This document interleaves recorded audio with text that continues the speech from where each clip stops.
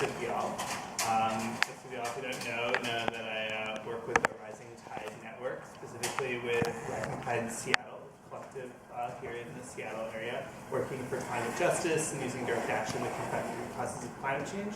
I've been training as part of the Rising Tide Network and with a bunch of other mostly environmental groups, but also in the student movement, for a bunch of free speech organizations, for other campaigning groups for about the last 6 or 7 years.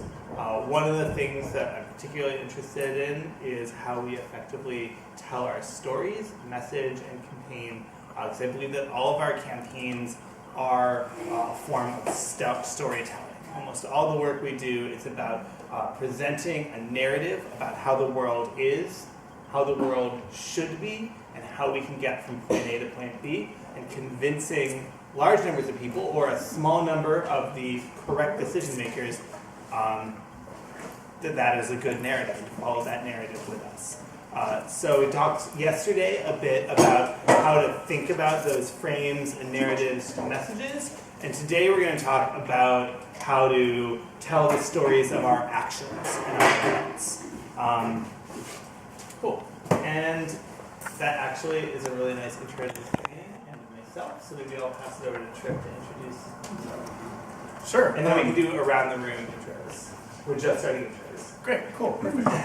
My name is Trip Jennings. I live in Portland these days, and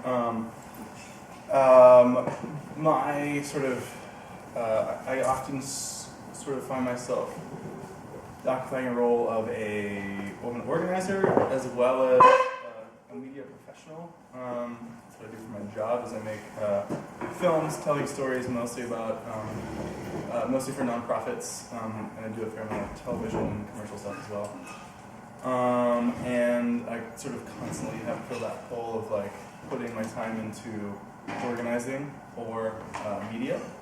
And I'm always really excited to like have more people who are comfortable both creating media and doing work with mainstream media and our own DIY media. So thank you all so much for being here. I'm excited about the training. So thinking maybe we could do a quick round.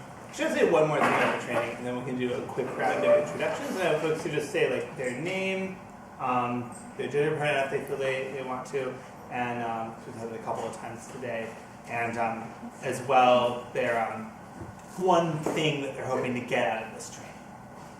Cool. So the one of the things I want to say about the training before we jump into that is that our goal, like our broad philosophy of this, is that our campaigns are stories, and that on any given campaign or issue, there are many different frames or lenses you could look at that, or many different stories you could tell.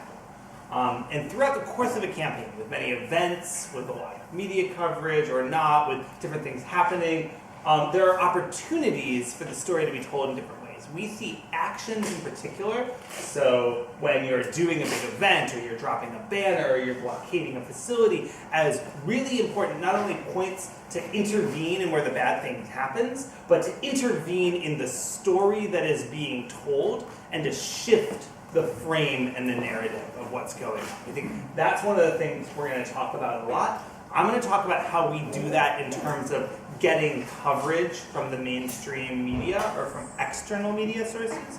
And Trip is going to talk about that and how we put out our own media and how we change the story that's being told by the way we construct our action and the way we talk about, frame, and show our action. And do you want to go with a Baghdad example? Just as like one really striking example of how framing can really change the story of an action. Right, and also like what the frame means, right? Do people feel like they have sort of an idea of what we mean when we talk about how you frame an issue? Cool, and so the example that Smart Meme uses, are people familiar with the organization that was formerly known as Smart Meme, now known as Story-Based? Center for Story-Based Strategy. Which I think is harder. To remember. So in their book, I think the first book that they came out with, there's just a great example of the statue of Saddam being toppled in Baghdad, right? And there's the image. Do people remember seeing any of those images? So there was the image that went all over the world of, you know, this pretty tight frame of sort of rioting masses being so happy that the statue of Saddam was being toppled. And then in the book they show the wider frame, which you can see.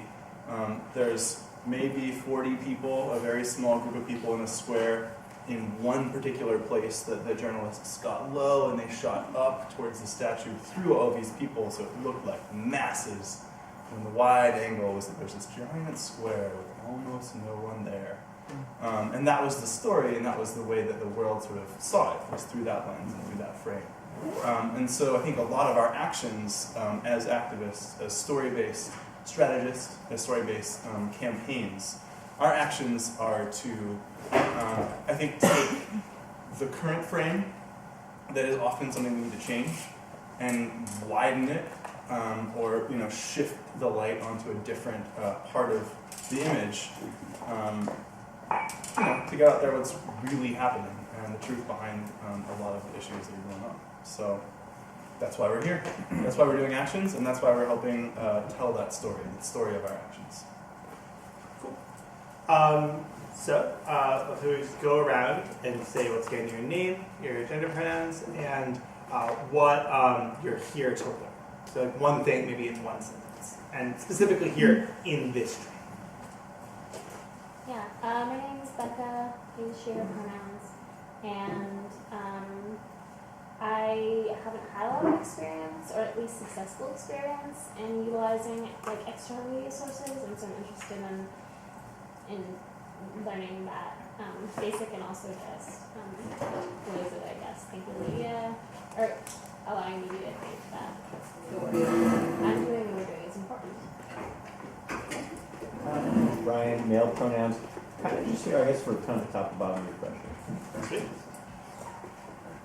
My name is Wendy, and I use female pronouns. I'm here to learn one simple thing, and that's everything. Anything I can in this class, this is the one I really wanted to come to. I'm Ziggy, and we're here to expand on what you taught us yesterday. Awesome. I'm Amanda, she's fine, and I'm here to learn things from the ground up. Cool. In the back. Michael Harris with Kitsap Nation, Northern British Columbia, Canada. He's fine with my female aspect wide open. I've done a lot of media work and video work in my past history, and so I'd like just to increase my knowledge and reconfirm some of the work that I did. I'm Lauren. She is fine, and I'm kind of just here to hear updates. I work with media and activists a lot, so see what you guys can present. I'm James. You're representing those. Similar. Just say a little bit more about this subject. Cool. I'm Fluff. Go by he or him, and like I said, just excited to broaden my knowledge base. Let's come. Didn't mean to cut you off, Fluff. There. Thought you were done. Yeah. Cool. Let's come to the middle ground and then go around this way. I'm Erica, and I did this workshop last year with this trip, and it was awesome. I learned a lot. Media's not my forte, so it's nice to learn a little bit. But I also wanted to say I am called to art a lot, so I probably will sneak in and out maybe, so don't be offended. I think this is great. No worries. I'm Andrew, I use he and him pronouns, and I've just been reading actually the book Trick was referencing the notes that you get your kind of the theory there talking about grounded and maybe more stuff that's been going on around here. I'm Eden. I prefer she, her, or they, theirs. I also just like to know more about framing and using different media sources. Sweet. I'm Charles. I did attend Tripp's workshop last year, which led me on a path to do more media, and I'm sort of teaching that as well to kids. but I want to understand how to utilize the energy that's put into a project, make sure it's effective. My name's Bill. Male pronouns, fine. I'm interested. I like every once in a while being able to take take workshops, and I'm really excited to got multiple chances for that this year. I like that. But I'm really interested in the story that we're telling, in both in the action, but in the bigger what we're telling to ourselves as well, and what we're offering. And in the fall, I think camp is kind of part of that story. But I also feel like in the campaign in the fall, what we're doing with the Buffett Legacy and the Solutionary Rail and trying to cross these uncrossed boundaries around allies with labor and rail and tribes, etc. I would like that to be grounded in a different story, and I think I'm looking forward to being able to reflect upon the lessons from this workshop. Sweet. And Fred? Lavina, female pronouns. I want to learn lots of different things, but more specifically, we've had a handful of protests for our thing, and we only had to twice show once. So I'd like to find out how maybe get their attention or work on that more specifically. Sweet. I'm Allison, she and her. And I'm involved in a bunch of things, but including my union, which is SEIU 9 to 5, and we have a retiree chapter. Yeah, and another thing I get involved in is this coal tanker stuff that they've been trying to do. I just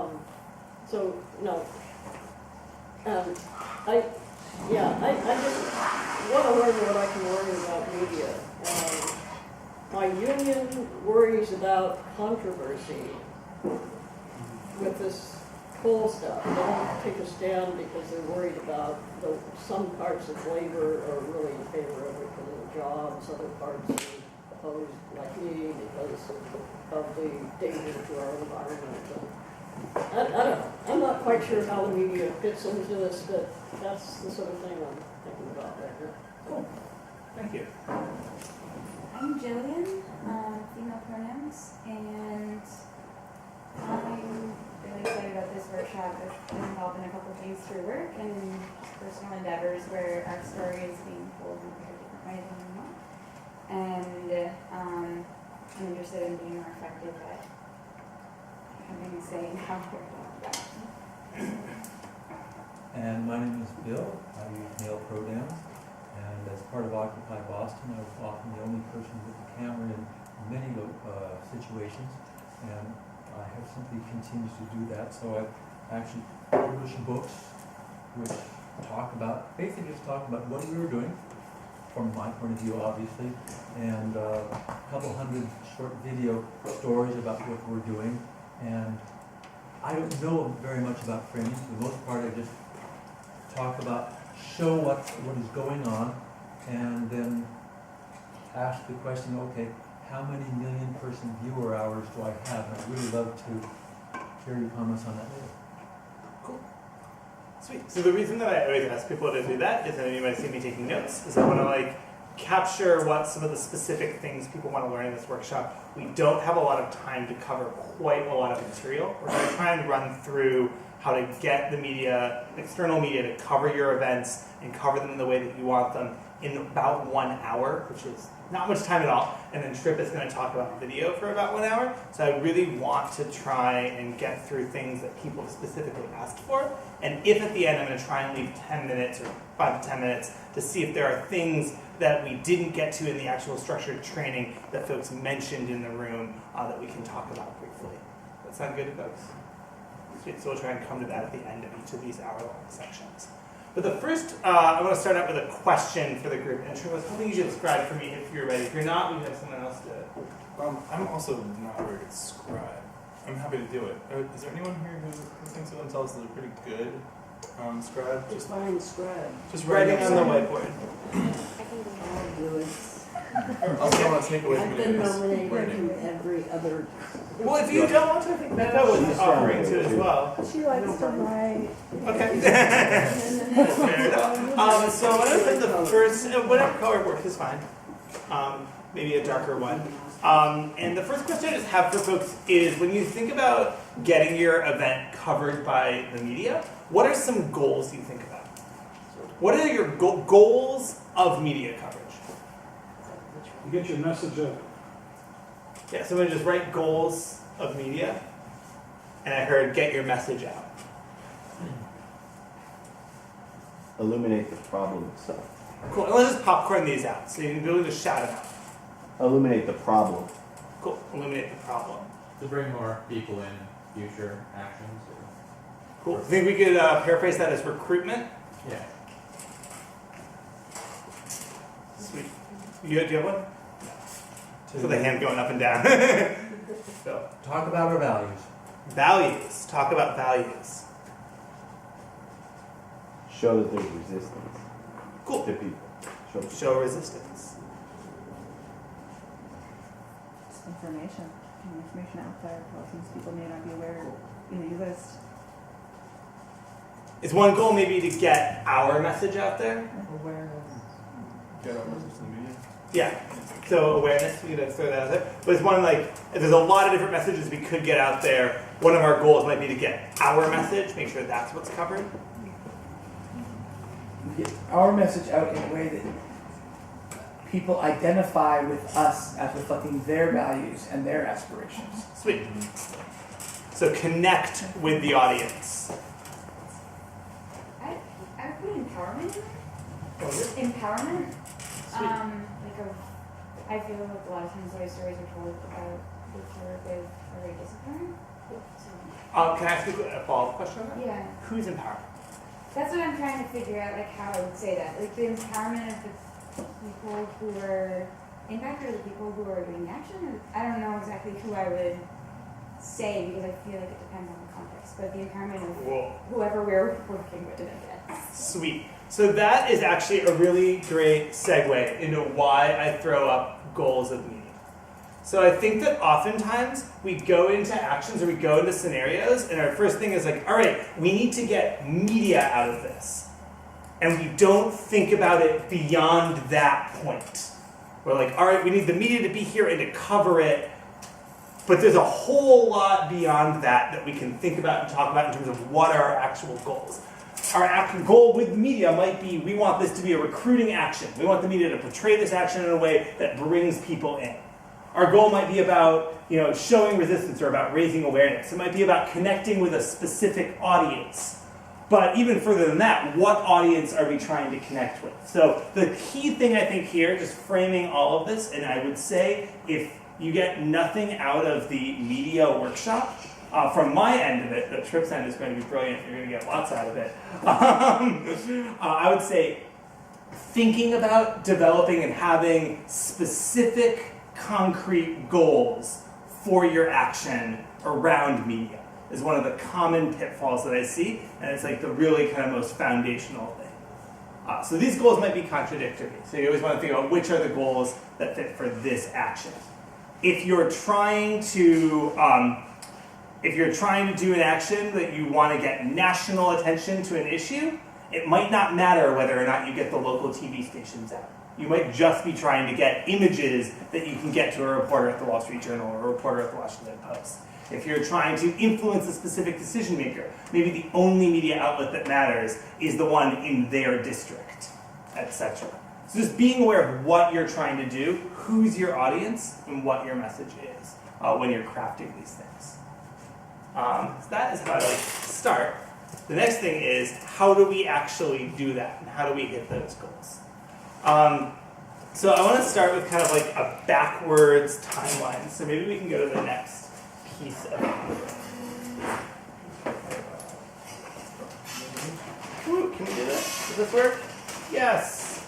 It's so much easier to use this inside than it was outside where it was blowing around in the wind everywhere. And Tripp, feel free to jump down this anywhere. Cool, thanks. Cool. Yeah. I think you're doing a bang up job. So,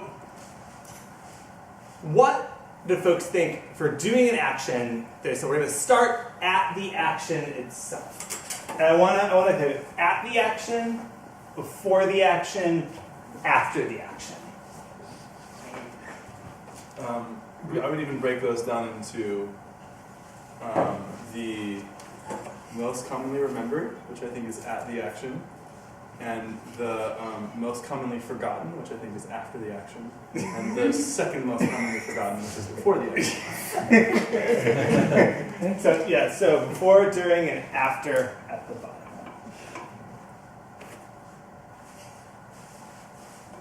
And I am going to start with during, because I think it'll be the easiest place to start, because it's the thing most people think about and remember, as Trip pointed out. And then we're going to hit these two, before and after. So during the action, you're doing an action, you've done some stuff, some press are covering your action. On that day, what are some of the roles that you think you need in order to communicate effectively and get your message out? I know there's a bunch of people here who have done media actions, have done press at actions before. Liaisons. Cool, so what do you mean by liaisons? People who specifically they're told in advance, your job is to talk to the press, to be ready, to know what to say, and how to say it. Yeah. And who knows, keep it short. Cool. So I would put even during, like maybe a section over here that just says roles. Sweet. So a media liaison, so someone whose specific job is to talk to the press. Another thing that is commonly forgotten on actions. Is the media liaison, and let's just throw that up the whole room, the only person who talks to the press? No. Cool. Kiara. It's also good to have a media liaison to make sure that there are people scouting to see who are the reporters and people that are aware of like contacting their reporters and aware of like who's been contacted and who's expected to show up so that they can get eyes on the ground and be like, oh, that person's here, we haven't even talked to them yet. Are they a reporter? And then there's somebody to go talk to them. Beautiful transition. I'm going to come to that in 1 second. I want to get one other role nailed, and then like that is exactly where we were going. Thank you. Preview. So just one thing I heard from folks that I want to go. So everybody should be a potential spokesperson, but it sounded like what James, I think, was saying was that you might have some other folks designated as spokespeople, right? Does that sound right? I don't know. Yeah, like people who have been super involved in the campaign, who like have practiced and researched this from the beginning, and who like are comfortable not fucking up and saying something that the capitalist media is gonna pervert and use to make you look bad. Cool. So people who are comfortable in the campaign. Bill, is it on this, or should I just come to you right? Okay, cool. Bill? Well, and the spokespeople can be part of telling the story. So if the story is that labor and tribe and environmentalists are together, and then you would want to have the media liaison make sure that the media who are there watching out for people with cameras and microphones and all that are directed to the people who are assigned to kind of help frame that, set that, move that frame forward. Totally. So the next question I was going to ask are like, who make good spokespeople? And Bill just pointed out, I think, like, you know, having a bunch of unconventional allies, so different voices are really good for spokespeople. But just a quick popcorn brainstorm, like other things that make someone a good spokesperson. Outgoingness. Cool. So confidence and outgoingness, the ability to speak. James pointed out people that were involved in the campaign, so had a depth of knowledge. Impacted. Cool. Impacted communities, people that are directly impacted by whatever the evil thing is, or will be impacted by whatever the good thing that you're trying to make happen is. Sometimes experts. Sometimes experts. One thing that like we've been trying to think about, I think in our communities a lot more, is who we put in front of cameras and what kinds of people, in terms of like the power and privilege they have in society, get the most airtime. So we try and think about, like, when looking at who our designated media spokesmen are, like, what is there gender, race, age, you know, diversity in that group? Are we presenting, or are we just presenting like more like cis white men on camera all the time? Or just, you know, also through the actions that you put on, varying up your spokespeople is often a good idea, both to demonstrate that there's a wide berth of support for something and not just like one person talking on camera, but also giving more people experience and, you know, sharing those skills around. The media is one of the, you know, kind of most visible places where people like have power within campaigns, people that are spokespeople to the media. Not the only, but one of the visible by the very nature of it. So, I want to go back to what Kiara was talking about in terms of some of the things that the media liaison does. So it sounds like we have all these people talking to the media at the action, and we have all these questions of like, we have media coming, we don't know who they are or where they're coming from or have a way to track them. So if the media liaison is spending all their time giving interviews, do you think that's a really good use of that person's time? Probably not. Sorry, these are super leading questions. I should be asking you more open questions. So what are some of the other things that the media liaison can be doing if you have spokespeople and other folks that are prepared to speak to the media? Kiara, you pointed out before. I don't know if you want to repeat them. Yeah, like scouting the ground to see who's out there as reporters, and then making sure that there's someone to talk to everyone that's like looking for people to talk to, and then like directing those people to the spokespeople. Cool. Rather than ever like a reporter that's not engaged. So I call this checking in reporters. So I'm going to write that down in the during. So that idea is that the media liaison is the first point of contact wherever possible with press when they arrive on scene. And when I'm media liaisoning, I usually have a clipboard in my hand with a sign-in sheet. And I go up to reporters and I ask them to sign in, or I ask them to hand me one of their business cards. So I have a list of everybody who's there. And that also, in the after, means we can go back and follow up with all those reporters. So let's just write that down in the after right now before we forget. I can email them or call them individually directly, and if we have any updates or information, later once they've left, we can get a hold of the people that's covering the story, and we can ask them to send us a copy of the story when it's done. So we can track what media we did get and how we were reported. And we can also add that to our press list, which we should all be building as we do this sort of a thing, of people who, if we go back and really do our homework, read their article, like Ahmed was saying, was it good? Did they cover us really poorly? Do we want to make sure that we don't talk to them again in the future? Or do we want to make sure that we call them every single time because they're interested, they're hot on our issue and they're covering it well? And if we get just one person one media person, we want it to be that person. We got to have a list of those folks, and then we'll sort of all be able to share that knowledge as activists working on these issues.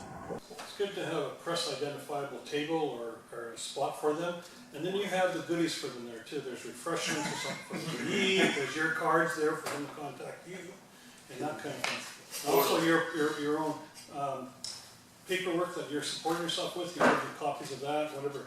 So give them a package. Sweet. So hand out media packets is a good thing. Do you want to describe what normally, when you were doing things, go into a media packet?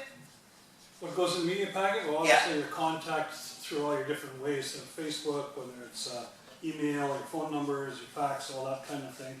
You want to have the name of the person and their position within the organization, and some past historical stuff on yourself, and also some of the work that you've already done, so that they can go back and maybe pull some video footage or some press that's already happening that's very favorable, that can help give some meat to their story. One of the things I like to do too is specifically if I know who's coming, I'll go and research them. I'll research that reporter. And sometimes you research the editor and you find out their style of writing. And put yourself together with press releases for them so that you're already doing their work for them and you're using their words and their ways of putting together so that when they're reading it, they say, this is good stuff, I like this. And really reading their story that they, because it's their terminology. And then you say, you can tweak this any way you want. And I, oh, that's great, I don't have to read it. I'm tweaking here, my job's easy, and you're doing work for them. But you get in your target audience, you're getting your message in. So let's put down in the before research reporters / editors. I think that makes total sense. And there's a lot of experience in this room, and I just want everyone to be very aware that I am not a media professional. I'm not necessarily an expert in this. I'm just someone who's done this role a lot, and so I very much see this training as facilitating a sharing of knowledge and experience between folks. That's why I'm trying to do it in a very question-based way. The other thing I just want to throw out in terms of checking in reporters is that oftentimes they will not know who the media spokesperson is. We aren't always able to like set up a media table depending on what we're doing. So being really proactive and like when you see someone walking up the road with a camera, like going over and talking to them and getting their card and directing them to people is definitely being that buffer. You escort them to the people. Totally. If possible. Yeah. Cool. So what are some other, so Kiara said another thing that media folks can do, and I'm probably just going to repeat it because you said a couple of things. The other thing I heard was checking to see who's there versus who's not there. So keeping track maybe of who you have called or let known and checking off reporters as they arrive so that you can give follow-up calls to reporters that are not there yet. And for this, I think if it's all possible, this is actually something I've only started doing in the last like year or so, it's really good to have 2 media liaisons, one on-site and one off-site, somewhere away where there's Wi-Fi, where they can be sending emails and making phone calls, if possible. So I would add media liaison on-site and off-site. Has anyone ever been an off-site media liaison? So we haven't talked about this yet, this like calling press people, and want to talk about like what that experience is like. Cool, what's your name again? I'm Brian. Brian, yeah. Brian. Well, in our case, it was mostly just that, mostly getting media out. There was a National Day of Actions about corporate personhood for the anniversary of Citizens United. But it was for so many actions all at once that it was literally just that, calling press that said they would show up and give last-minute reminders, so there wasn't too much to the experience. Cool. So a lot of the job was like calling press and like inviting them to the event. Well, no, press that had already been invited and already been given a last-minute reminder the night before and then calling them back again. Cool. So you called them the morning of? Yeah. So you called them in advance too, but you also called them the morning of? Yeah. So this was like during the action, you're like, hey, we noticed you haven't come yet. Well, it's Are you actually interested in coming or? not exactly like that. No, there were actions going on all over the country, so we were calling through different time zones. Okay. And probably like before the action in the morning, depending on your scenario. So I think we can talk about this like really briefly, but given that we have a time constraint, I'm going to say we should chat about this more, maybe one-on-one. But in some actions, we can be really, really public, and we can send out press advisories and stuff beforehand because they're public events, they're like widely publicized. In that case, what you're generally doing is giving a reminder call on the night before.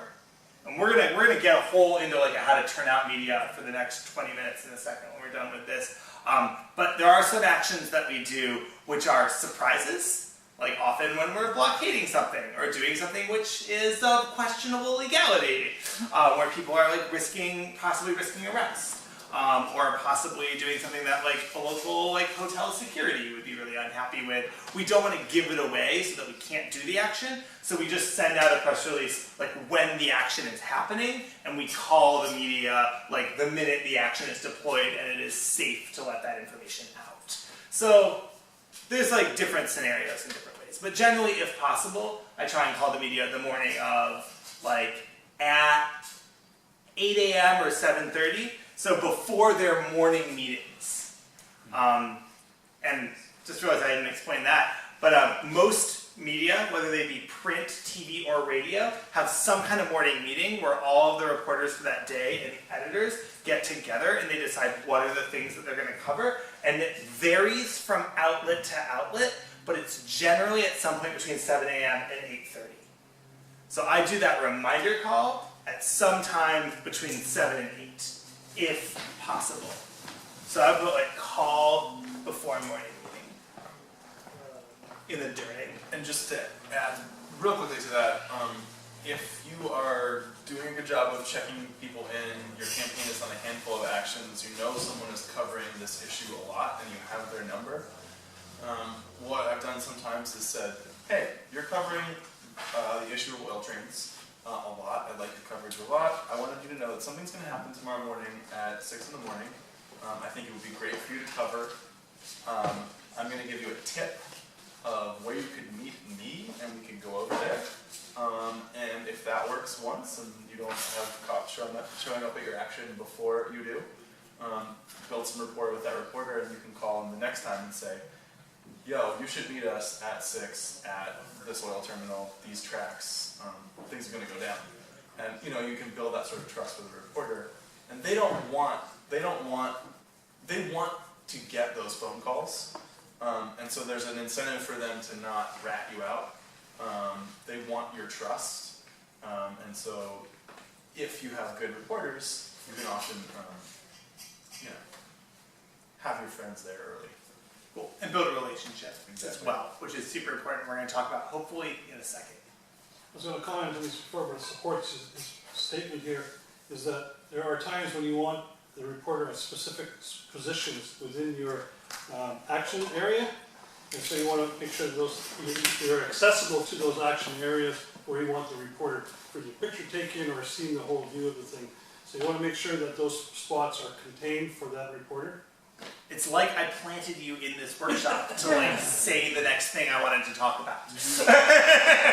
Yeah, so the last thing that was exactly the last thing I wanted to hit before we moved into before the action. But that's another thing the media liaison does is think about what are the photographs that you want? What are the videos that you want?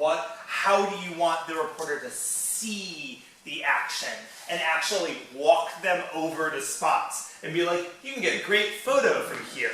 You can get great video from here. You should try to take some B-roll of these people singing this song over here and actually walk them through the shots that you want them to take. Sometimes they don't like it and they're like, whatever, I'll do my own thing. I would say at least 50% of the time, they're happy that you're doing their work for them.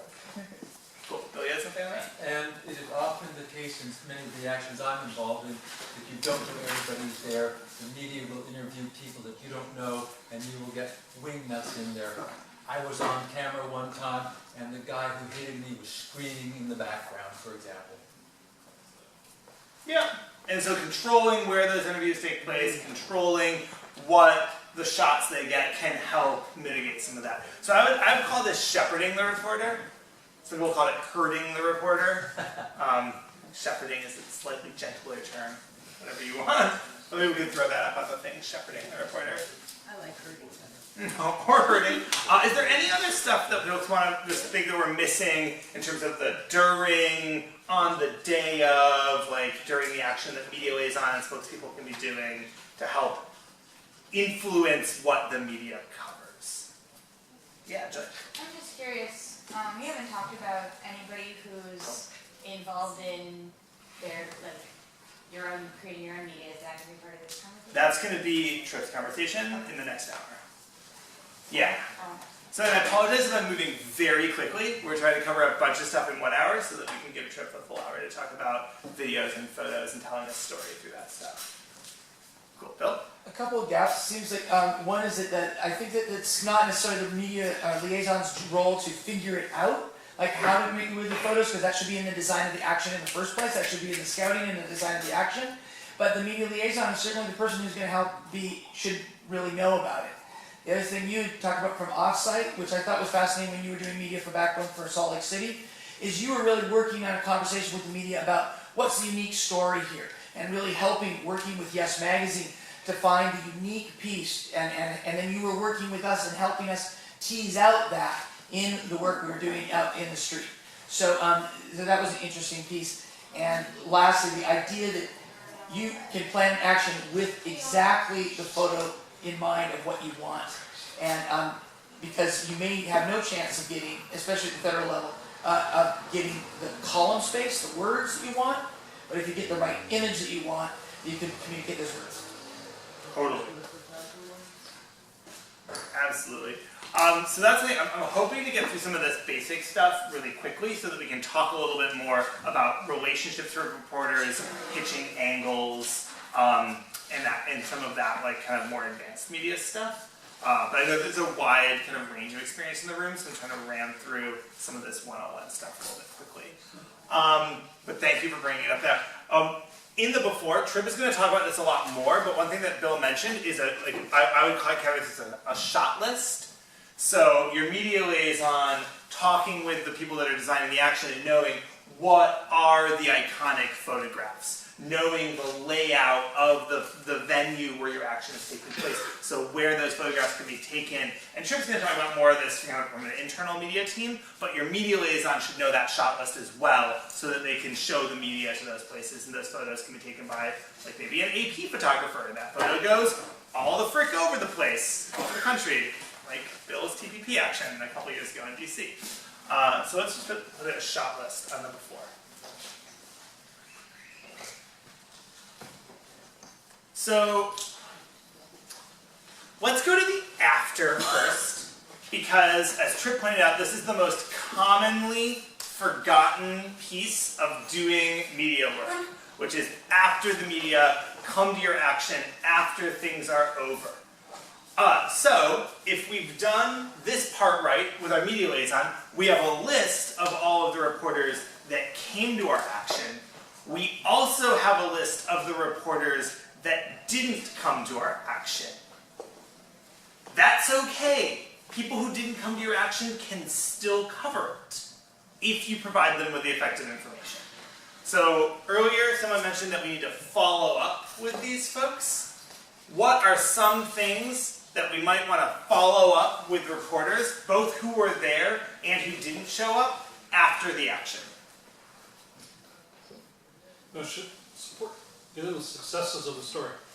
Cool. So like any updates, like things that happened after they left. Cool. So maybe follow up with updates. Pictures and videos that they might use. Pictures and videos. Trip is going to talk about this more in his video section, but I just want to highlight once again one of these things where if you hear nothing else from this workshop, it doesn't matter if your video is good or not. What matters is that it goes up on the same day or immediately the next day of the action. Like, not how good it is, how fast it gets up there. If you can get something up before the 5 o'clock news, you could theoretically get that run on a story on the 5 o'clock news. If you get something up 2 weeks later, it's never going to make it there. So following up with pics and video that come up quickly in a way they can access. Super important. Your press release. Totally. So press release, and I would say updated press release.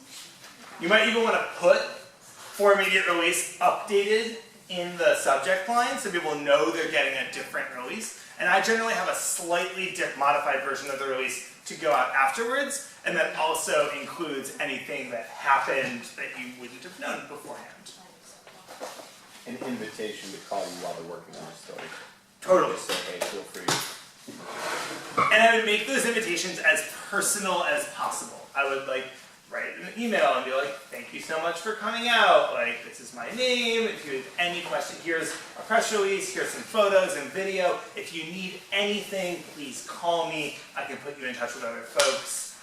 Here's my number. Here's my cell phone. Here's my Twitter. All that stuff. And I can also follow up. You can follow up, call people after the action as well. So not just email, but I would call especially reporters who did not turn out to your action. Give them a phone call.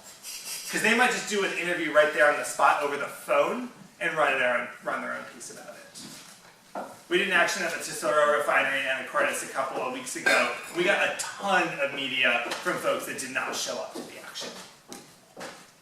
Who just wrote their own articles. So what other stuff should happen after the action? I keep looking at my phone because I'm timing myself, just so folks know. I'm not checking my texts.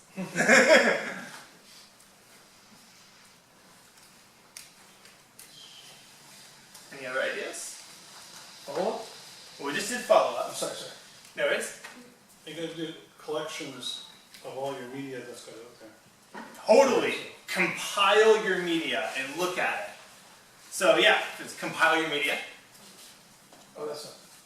When you get media, that's another opportunity for you to share your message through social media, through your email list, especially when you get particularly good pieces. Get that out there. Also, if reporters see you heavily sharing, they're really into social media these days, especially reporters because their jobs are all going away. If they see you really heavily sharing they're writing through social media, both Facebook and Twitter, and their pieces are getting tons of likes, shares, and follows, then they're more likely to cover your stuff because they know that covering you gets their writing out there more. That's one thing that we've seen. We've been told by reporters, like we've been asked, make sure you share this article. And the compiling really needs really concrete things like a drive and a laptop that's dedicated to that, and a person who's putting that all together. And nobody leaves, none of our internal media leave before they've put their stuff on the disk or whatever in a central place. I mean, ideally. Because hunting people down is really a pain in the ass. And a lot of the stuff we can pull off the internet, but yeah, definitely like having central storage, maybe like a Google Drive or like a list. Is Part of what Bill's talking about is that you and I and Fred have cameras and we're snapping pictures. Oh, you mean internal media? Yeah. Internal media. Cool. Yeah, let's chat about that a little bit more in Trip section. Just what did you have out there, Phil? If you have a lot of people there, having a source that they can send their media to you as well. Totally. They may just have to cost something that was extremely good you would miss. Yeah. So once again, more internal media stuff, like collecting that and having a way for people to communicate it. The last thing I want to throw on after, and then I'm going to just quickly see if anyone else has anything to add, is update your press list. So after every action, after every media event you do, if you look at who covered you, how they covered you, go back and update your press list. And I always keep a column in my press list that just flags like what the last 2 or 3 events that reporter came to were. So I know, oh, this reporter covered us but hasn't come to something in like 6 months when I'm doing my next thing. Maybe they're on a different beat now and I need to like call that paper and find out like who the reporter on our issue is now. Or maybe they're on maternity leave, which totally happened to us with the Tesoro action. Our #1 reporter on that has had a baby. We didn't know where she went. Cool. Anything else for after that folks want to add before we move into the before section? I was just curious, you mentioned calling the paper to find out who would cover it. Is that generally, I mean, I've gotten media lists from a couple of people, but they're not exactly the same alignment as we are, so I found it difficult to track down someone who would cover it. Sweet. Let's roll into building media lists now then, because that is where I was going to go next with this. Before we do that though, real quickly, does anyone else have anything they want to add to after? Cool. So we've been throwing out this word. Oh, did Falk have something? Yeah, I was just going to say kind of self-assessing how your media did all of that. Because if that's good. You were prepared and then you didn't really do too well, maybe you did. That's totally something we should throw in there. So evaluate and debrief for the media team. What did we do well? What could have been better? Do you want to have any good examples of how like media has helped build a movement? Like, it's got more people to come next time, or like ways to use media to like really kind of spark people's insight into what's happening? Cool. I can tell a really short story. I don't know if you have one. No, go for it. Cool. Yes, and go for it. Yeah, sweet. So the short story I would say, so we did this action out in Anacortes where we shut down the oil by rail facility at the Anacortes refinery, Tesoro refinery. 3 of us locked ourselves to concrete barrels on the train tracks and blocked both an outgoing and ingoing train. The goal of that action, and actually we talked about this really extensively before doing it, our goal of that action was to make hardcore direct action against oil facilities look easy and fun and be recruiting to get like lots more people who we thought were on the fence about whether they wanted to take that kind of action, excited and committed to doing a bigger, more exciting action.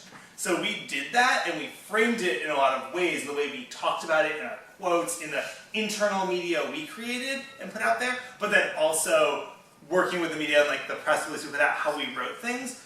And our decisions in the action to, like voluntarily unlock, etc., were all designed to make it like look really fun and recruiting. And as a result of that, like that being shared out, we think we've had a lot of success, and people have contacted us wanting to get involved in the campaign and wanting to do civil disobedience because of that action and because of seeing. I mean, largely not like they didn't like see that like a news story like. they're on someone's listserv and a news story about that action got sent out on that listserv, and they looked at it and were like, that's cool, I want to do that too. And we said in our press release, like, folks can contact us here, and we said in our quotes, like, we're doing this to inspire other people to take this action. You know, like, in what we were saying, it was very, like, clear that that was our goal, and, like, people seem to have gotten the message, and our list of people that are interested in risking arrest and civil disobedience has grown pretty dramatically. Cool. So I'd say that, like, that's my short example. The only thing I would add to that is I guess that whether we like it or not, when mass media covers our stuff, it becomes more cool in the like general population. And I mean, you can really see escalating sort of waves of how things trend. And a lot of that can be controlled by the media. And, you know, like it or not, a lot of the, like whether our media is positive or negative towards our issue, people see that. And if our actions speak to something that is a core value of theirs, people will totally get inspired about it and come to action. So, this is good work to do. Yeah. Lauren? So I've been walking around but listening. I hope you haven't already covered this, but a couple of trends that I've seen lately, especially with like climate justice oriented campaigns, they're always going to talk to a prosecutor or the cops for some kind of reaction about the arrests and the people who went to jail. And then they're also always going to talk to the victim corporation to get some kind of statement. So I think we need to do a better job of preemptively making statements to those 2 points, because they never come back to us for a follow-up after they get the quotes from the corporation or the jail. So you need to sort of put that into your bit. And this also applies often to TV and radio publications as well. Less so radio, but sometimes TV. You can see, usually reporters have next to their name the beat they are assigned to listed. So you can identify if you're doing an action that has to do with like city politics and the environment. Oh, here's the reporter assigned to the environment beat. Here's the reporter assigned to the city beat. Oh, and they both have the same editor who covers, you know, municipal issues, environment, and lifestyle. So these are the 3 people from this paper that I need to contact who might come and cover this thing. And that's just on their website? Oftentimes. Not always. Sometimes it just says so-and-so staff reporter. But I would say more than 50% of the time, in my experience, I've seen it say so-and-so reporter environment, so-and-so reporter municipal issues. What works really good too is, like I said before, researching that reporter and reading their items, articles from previous issues on whoever. And then another thing that works really well too is getting that personal contact. Pulling up, making an appointment, and taking the time to go in and spend a few minutes with them. You get an opportunity to identify yourself and your issues and the concerns and what you're looking for from them. Sweet. So I want to come back to that in the next 5 minutes, because that is a super effective way to build relationships with the reporters that I think that people do not do nearly enough, at least in the groups and organizations that I work with. Is actually taking the time to try and set up coffee or lunch meetings with the reporters and give them overview briefings of like the issue that you're working on, your campaign, and to personally introduce yourself in a one-on-one sense to them. One of the good ways, especially if you're a new media person for your organization, the premise is you're going in to introduce yourself because I'm new to this and I want to make sure I cover the bases. So how can you help me make sure your job easier? Totally. Now you're building that relationship automatically. So I want to actually have a slightly longer conversation about how to do that in a few minutes. So we're going to come back to that. Because that is actually one of the key kind of like next level skills that I think is not done enough in media liaisons. So on your researching reporters, super important. I always have a notes column in my press release where I make some notes about their writing, or like whether this is a friendly reporter or a hostile reporter, or like something about how they've been covering the issues so we know who we're talking to. And I make sure the on-site media liaison has that information. So if you've got 2 people, one off-site and one on-site, make sure the on-site person has the information as well, because that's where it's most useful. What other things do you think are useful to put on your media list? Like, so what kind of stuff would you put on your media list? You got a reporter's name, the paper they work for. Contact. Cool. What forms of contact? All forms. Cool. Let's brainstorm out and just popcorn out what some of those forms are. Emails, Twitter. For some reason, in the last 5 years, especially TV reporters have gone Twitter crazy. That's my experience. It sounds like from how emphatically you're nodding your head, that is your experience as well. It sucks because you're so limited in the words you can use. Like, talk about having to put a soundbite together, but it definitely seems to be the way that you get their attention.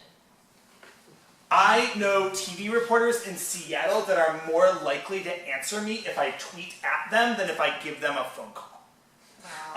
So this is like a reality of the world we are now working in that I think people should be aware of. So fluff and then yeah, point of information on that. It's incredibly easy, and basically nobody does it. You can create a press list on Twitter, and you have it, and then other people can see it. You know, hey, this is my press list, which just shows all the people that, you know. So it's incredibly easy to do it. You don't have to go through each time. It's already set right there. Cool. So we've built and we've updated our media list. We know the phone numbers and emails of the people on our list that we want to contact about our action. We have their social media accounts. After we do this, and just because we're running a little bit short on time, we don't have time in this workshop to talk through how to write a press advisory and press release, but I'm going to send some sample ones around. These are the ones that I use all the time because, as you will see, I think that they are really good learning tools. They come from the public interest research groups, and they're written like an actual press release or press advisory, but they're framed as like, on such and such day, Osberg released a press release. In the second paragraph, it is a good idea to have a snappy quote, said Osberg director. They're like actually written like a release, but explaining what to do in each paragraph. You don't always have to follow this format, but my hidden secret is I would say that about 90% of the time, I grab a template press release and I plug our issue into like this exact format. And a lot of times when I do that, those are the releases that get reprinted pretty much word for word in the paper. So using the format is really useful. We can chat more one-on-one or in a separate group about how to write and craft our messages and press releases. Unfortunately, we don't have enough time to do that right now. So I did, though, really quickly want to get out. Does anyone know the difference between a press advisory and a press release is? This is all, sorry, lots of one-on-one stuff, but just trying to like nail it out in the hour. Andrew. Press advisory you would send before an action, letting the reporter know an action is happening. And press release is the whole total, this is what happened, or is happening. Cool. So the press advisory, and everyone should be getting a copy, an example of both of those. Were they both in the same pass? I passed one around one direction, and I passed the other around the other direction. I'm sorry. So there should be enough for everyone. They're pages 28 and 29, or 27 and 28. But the press advisory is what you send out before the action, letting them know something is going to happen. Once again, if it is a public event which you feel comfortable publicizing publicly. The press release is what you send out on the day of or immediately after the action. There's a really good format for a press advisory that I've passed around. It's one format, not the only one. I like it. I literally write in bold who, what, where, when. Those 4 bolded questions, I put a colon and I write a couple of sentences explaining those things. And then I put in bold at the bottom, which is on this sample press advisory as well, any good visuals or good angles or reasons why they should cover the issue. So I've heard various things. What is your timetable? Obviously, it depends a little bit on the academic you have. What's your timetable for how many hours or time frame for the press advisory before, and then how quick to put your press release out? What have you heard? I mean, generally the press release, at least in, depending on when your event is today, a couple hours.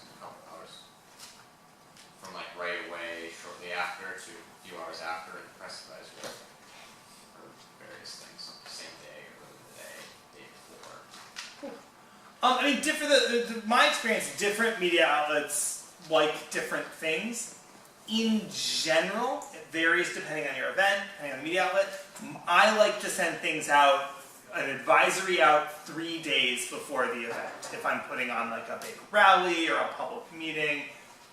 If there's a reporter that I'm working really closely with and like it's on the issue, if I can give them a week's notice, like I will. But if I'm just sending something to like a TV station to put it on their radar, 3 days is generally the longest out before it'll get lost. And then for releases, actually before that, does anyone have a different opinion on that they feel really strongly, that I'm saying the wrong thing? Because I want to say right up front, when you send out press advisories, like people have really different opinions, so don't take my word as like gold standard. This is just what I do. For a newspaper, you have to make sure that you know when the deadline is. True. I usually resend it the night before with my second round of calls. Cool. Julie? So I asked the Labor Council this, so they probably have different relationships with media. But I know she said if she was hoping to get photographers or camera people out, she'd send them out a week before. Which again seems early, but maybe for planning. And then the release for the Labor Council will sometimes do it a day before or the morning of, which is really weird because then you're writing about something that hasn't happened yet. So, I don't know. So I have somewhat controversial feelings about press releases and how to do them that might be slightly different than what other people do.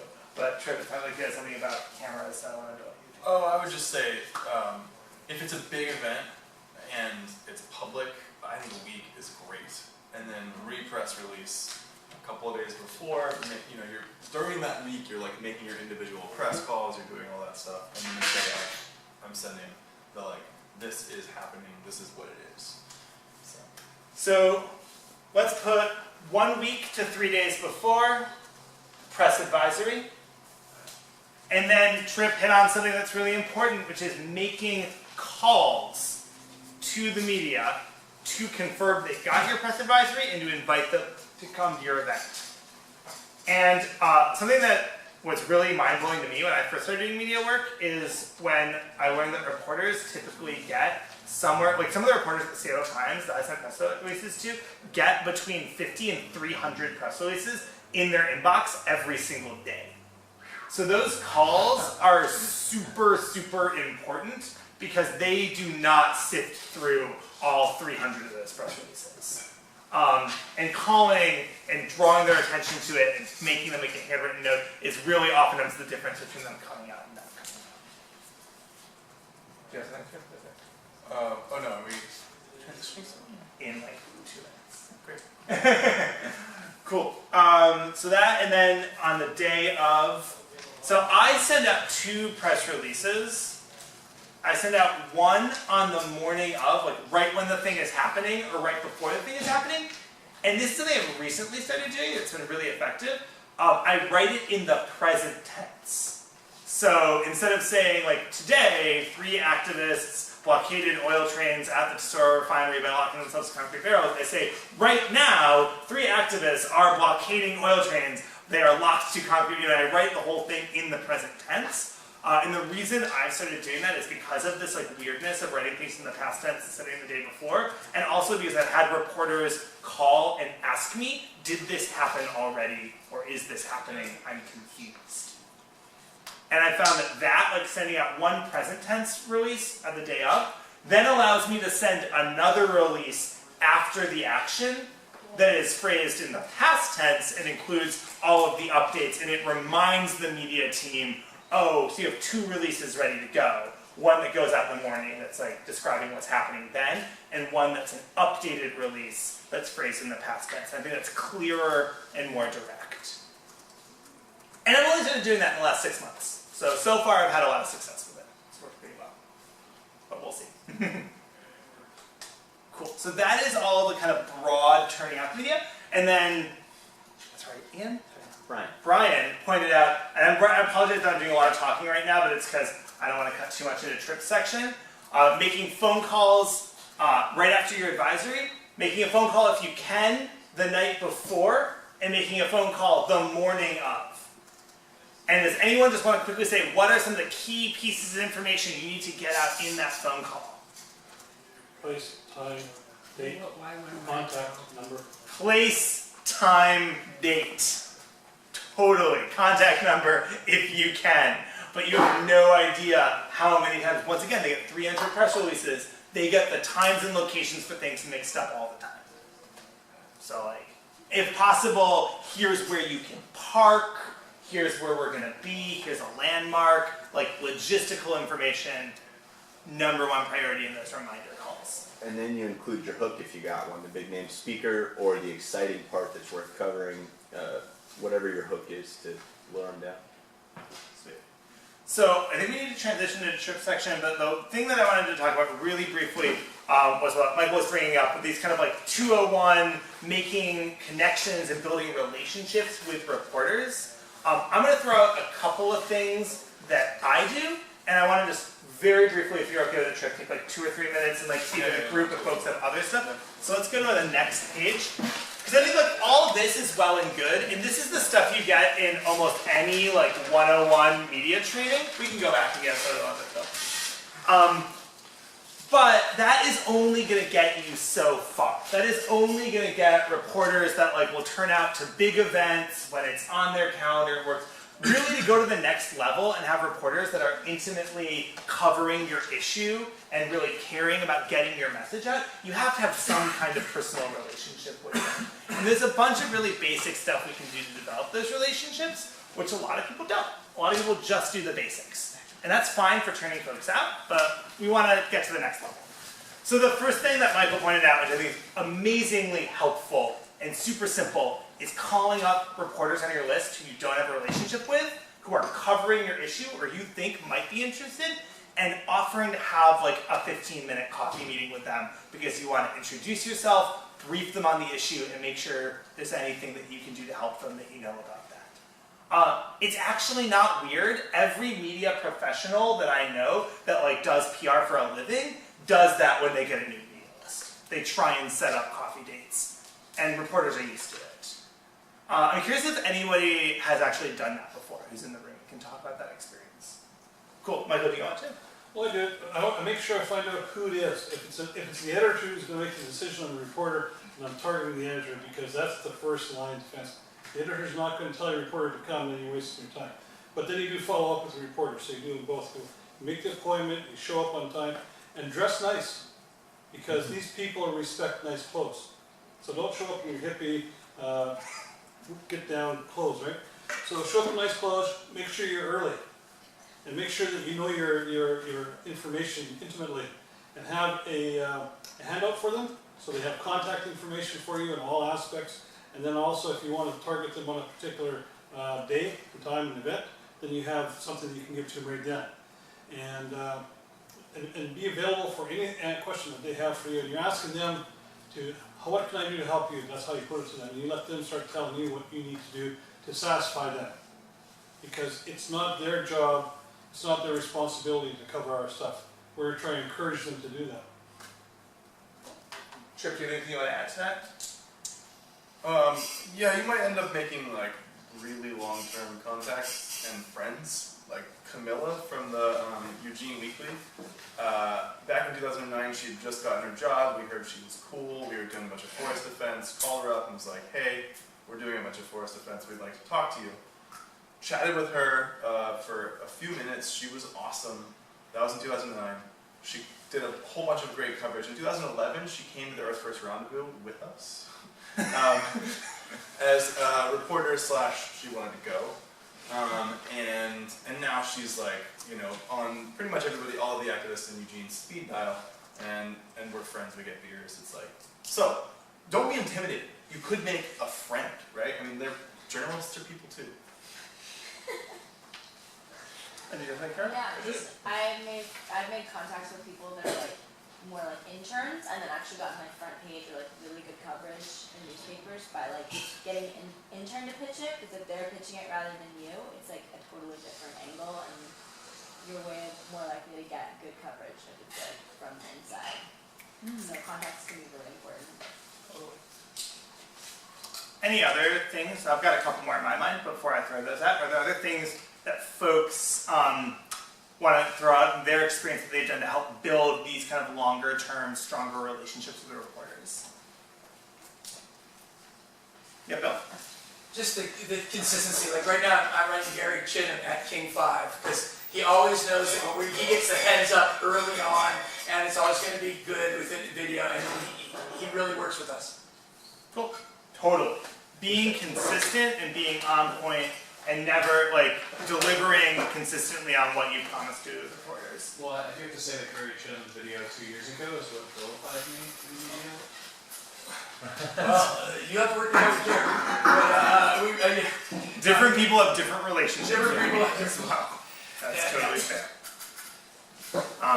Yeah, it was good to do a follow-up with the reporter after they give you good coverage as well. Always hitting your follow-ups, always thanking them and letting them know how you're sharing their media. And our relationship with King 5 changed because there was we complained that they didn't cover the hard blockade on the first blockade on Maury Island. And Logan and folks were upset. They contacted them, they complained about it. The next time the coverage that they did, they replayed it with all the footage of the hard blockade. So giving a critique as well as appreciation can help. So 2 other things I want to throw out. One, going back to the social media thing, retweeting reporters' tweets actually puts you higher on their radar. This is something that I've been theorizing, and I guess I'm saying that with a lot more authority than I should be. This is something I am told by social media professionals and that I trust, so I assume it to be true. And then also something that we do with a bunch of the reporters that we know are really active on Twitter, and they have like mentioned to us, like we're like, oh, we really liked that story, and they're like, oh yeah, thanks for retweeting it. And we're like, oh, they noticed that. Cool. So retweeting folks and like sharing their social media stuff, because once again, they're all terrified about losing their jobs, and they know that somehow like social media could theoretically help them keep them. So that stuff is often really helpful for them. And the second thing that I just want to throw out is like being really friendly and personable with them when they show up on your actions and treating them like human beings. Like we have awesome coverage on all our oil train stuff from the local Fox affiliate down in Seattle because we like hung out and were just like really buddy-buddy with Hannah Kim every time she came to our things. We went out of our way to like get lunch with her and like brief her on the issue. And then like when she was visibly pregnant on air, we were like, oh, when are you due? Like, how are things going? And then when her replacement photographer showed up, we were like, where's Hannah? And they were like, oh, she's on maternity leave. And we're like, oh, tell her we said hi. Like, we really like her. And like, 1, we got really awesome coverage from that guy. We thought it was hilarious. And then 2, like she sent me like thank you so much for like thinking of me like in a photo of her kid. Like, all of this comes, like, just from, like, 90% of that relationship is just us seeing Hannah, like, at events that we do that she came to cover. Like, we developed a relationship that, like, got to that point. So, like, it is possible if you put the effort in and think about it, like, treating people and developing relations with people, to do that in a professional context. They don't trash their magazine or their newspaper or whatever, or TV show, you know? If there's been some bad press before, you leave that alone. Yeah. Every time I see a reporter who I've seen before and who I know by name, I say hi to them by name. So both of the reporters in Anacortes who cover the oil trains are both named Kimberly. So I'm always like, hey Kimberly, I always get your last names confused, I'm sorry. You know, and I always ask them about themselves, like, how have you been? I always make small talk with them before we start the action. And through that, I learn more about them, and our coverage from them has become much, much more personal, because they know us as human beings. That's cool. Sweet. Fluff, and then I think we're going to transition to Trip, because I've taken too much of this time already. I've noticed is, if you're only focused about the stuff that's related to you, they're going to think of you as like, oh, they're only worried about that. But if you also share a reporter's story that is, I mean, they're on a beat, usually, share that on social media or on whatever, they're going to, oh, they actually read my stuff, they seemingly care about what I write, not what I write about them, and you know they're definitely going to look at you from a little bit of a different perspective. Great clarification, Fluff. When I was talking about retweeting and resharing their writing, I wasn't just talking about the stuff they write about you, but especially their writing about other things as well. Cool. So, any last questions about this stuff? Once again, this wasn't like 3-hour workshop crammed into an hour, so I apologize if we ran like really fast and didn't play any fun games. Sort of have a question. How do you get good press coverage or good contact through a newspaper, for instance, that you believe might be really skewed? Really skewed. Well, I would just find, I mean, any publication, any organization is going to have a spectrum of people that work within it. I would read, I mean, and you can also, honestly, like sometimes we've been talking about finding people to beat. With media consolidation, beats are less and less important. And if you find a good reporter or more sympathetic reporter within that organization, I would call them and develop a relationship with them and see what you can do. But they still have to get that past their editor, you know, and the more senior they are, the more likely. Or the more new they are, the like less they've been reprimanded by their editor. That's what we're thinking. We had a newer reporter show up and that sort of thinking about, well, make him our buddy. So yeah, go call them up and go get lunch with them. Talk about your issue. Totally. Make that personal connection. New reporters are like, they are looking for connections. They're looking for the people that are going to give them the stories that help make their careers. They want those tips. I mean, they want, you know, I think of like, there was a new reporter in Eastern Oregon for a small-time paper, and he was really nice. His name's Colin. He was good on megaload coverage, so we called him personally every time there was an action. He took a photo, 2 of the photos that he took during that series of actions won regional and state awards. So he's like, calls up, he calls us every time something, he's like, you guys are gold for me. You know? And so he's going to do what we want to do, because, you know, he's got a career. Answers of the Stranger, the first like front page Stranger article he got was an oil change article from us. And now we know we can call him up and tell him like, sit in this row, turn your camera here at this time. And he trusts us because he's making a career on having the inside scoop with activists. Yeah. We started 45 minutes late. Yeah, we were told to go for the full 2 hours. We have 45 minutes. Okay. You stole 15 of your minutes.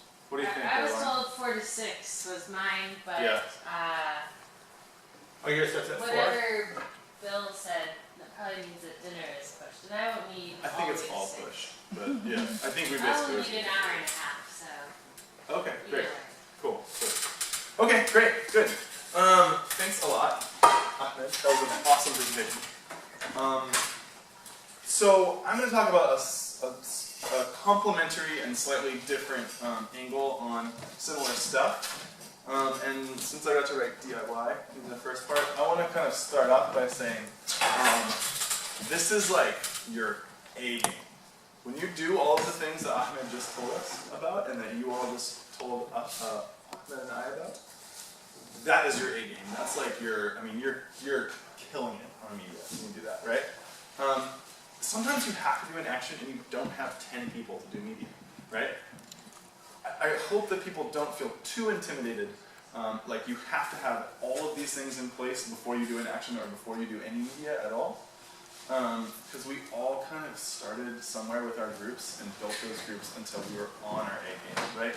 And sometimes it takes, if there's only a few of you, sometimes it takes 5 people to do an action and 1 person to do media and 1 person to do police liaison, and next time you get twice the people because you got a little bit of media, right? You gotta start somewhere, so please don't be too intimidated. And I'm going to cram my 2-hour presentation into less than 45 minutes so we can have some time for questions at the end.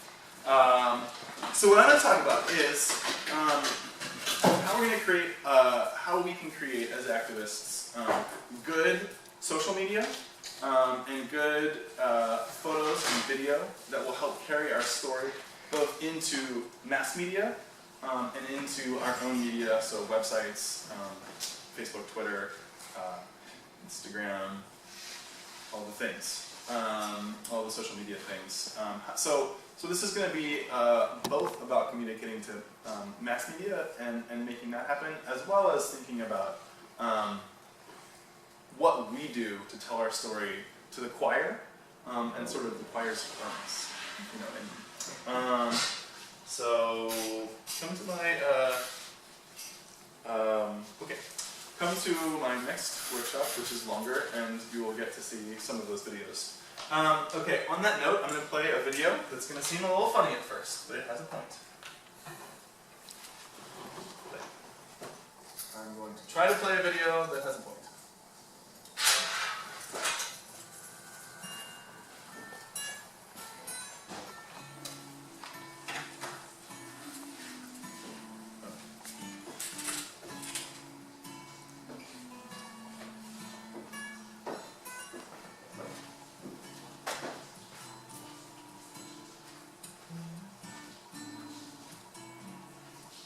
He's showing his video right now.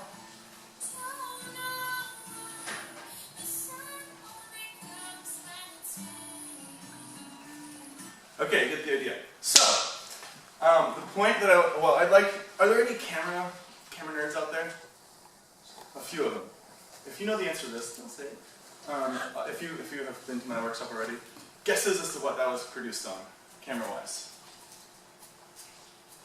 This. Similar. So I thought, so this is by, this was when the iPhone 4 had just come out, and that was the video. This speaker system doesn't like the iPhone 4, you don't like Apple. That video was produced, and it's really, really high production value. If you watch the whole thing, it's awesome.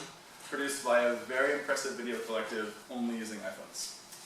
They use all of their cool cranes and all of their cool equipment. And so I want everybody to look at themselves as a media maker. Because if you have one of these and if you have access to one of these, you can make great stuff that the press will run with and will carry your message a long way. Right? I've had a lot of phone photos published in print and online media and video. And so I think that we are at a time when you can create really awesome DIY media if you have you know, $1,000 camera. You can also create just as effective media with your phone that really carries the message if you know how to use it well. And so one of the things that I'll talk about is how we're going to do that. And as well to sort of empower everybody, like we don't have a lot of resources to be media creators, right? So I'm going to kind of bounce off of some of the stuff that we've already covered in a bit of a different context. When we talk about creating DIY media, what do you all think of? What's that? Video. Totally. Video, right? Social media. Social media. Pirate radio. Yeah, radio, totally. I'm really glad that you brought that up because that's definitely something I'll talk about briefly. Yeah, totally. Anything else? Yeah, photos, short articles, like blog type things. Yeah, totally. Right. And I'm going to focus mostly on creating video, creating still images, and talk a little bit about radio. So thanks for bringing that up. Again, we want to talk about our goal with this media, right? If you have in your media team, as we were talking about before, we had liaisons, we have interviewees, we have all of those people, off-site, on-site people. Some of the on-site people, obviously, if we're talking about creating photos and we're talking about creating video, we want to have camera people there, right? We want to have our own camera people there.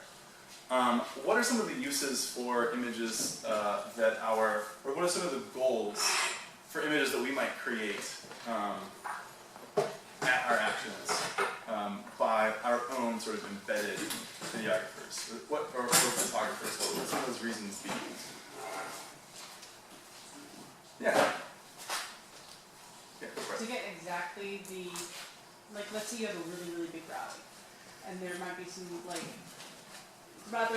some elements, some people that are kind of outside your control and behaving in a way you don't quite want framed for the entire nation to see. You can get just the most delicious pieces and get that out and keep the less desirable elements like really, really crazy people or the fact that it's small, you can totally get rid of that. So you can tell you can create the images you want that tell the story through the frame that you want it to be framed in, right? that's, I mean, I think that's one of the most important things about it. Were you going to say something, same thing, or? No, I was going to say that part of it is simply to remind ourselves what we're doing and inspire our members. Right, because then that's a really important point, right? Because then we own, our groups have access to those images. We can always go back and say, we did this. We can communicate in, sharing those photos with the media in the future. Yeah, we need, I mean, because even if you have a bunch of photographers at your action, if none of them are going to give you the photos afterwards, you don't have any photos. There's one thing that, we've talked a lot about media, doing media for actions, and I think we've been using urban examples a lot of the time. What happens when you're in deep Eastern Oregon? I'm going to come up with a random example, say John Day. Very hard to get journalists out there. You can, in Portland or Seattle or Anacortes, you can pull a solid sort of media scrum, right, of a handful of TV cameras, a handful of print journalists and photographers. If you're in John Day, especially, or wherever outside of the range that a journalist is going to drive, you're going to be hard pressed to get as much media out there unless it's a really big deal, right? And you also might be in locations that are less sympathetic to you, so you might not be able to build relationships with as many sympathetic journalists. And so that's, and that can apply in urban areas as well, right?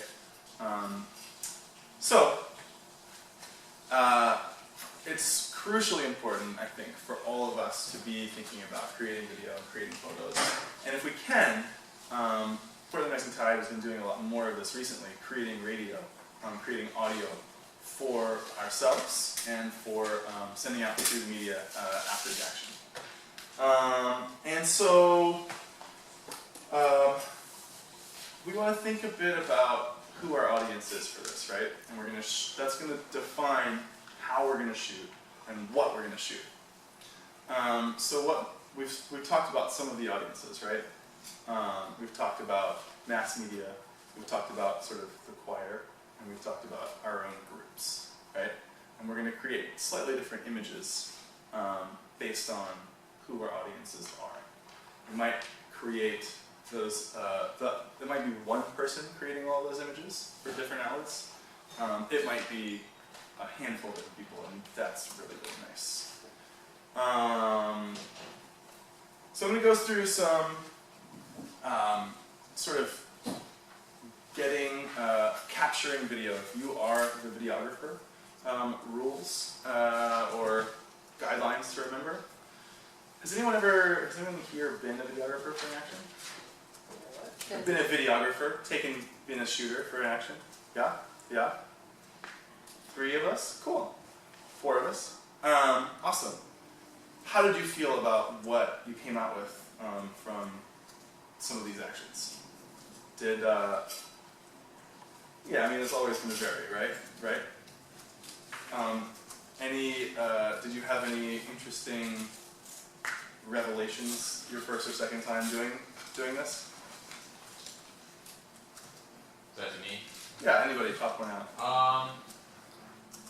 Like for instance, I remember I was covering an immigration march, and the march was really, really fast, and it was a really weird shade, so it's really hard to get good lighting on anything. Yeah. So I had to be, running forward with this doesn't work.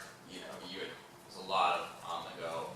Yeah. Because it was just a total fail at the start. Right. You could tell the video was not going to turn out. I've gotten to so many actions where I've arrived and been like, whoa, I thought I was here early enough, or I thought it was going to be this thing, and it's actually this thing, right? And I didn't have a plan, I hadn't talked enough with the organizers, totally. And I personally am too timid. Yeah, totally. So I'll talk about, I think a lot about, I'm very engaged when I'm at the protest, in my action, because I'm not a photojournalist when I have my activist shirt on.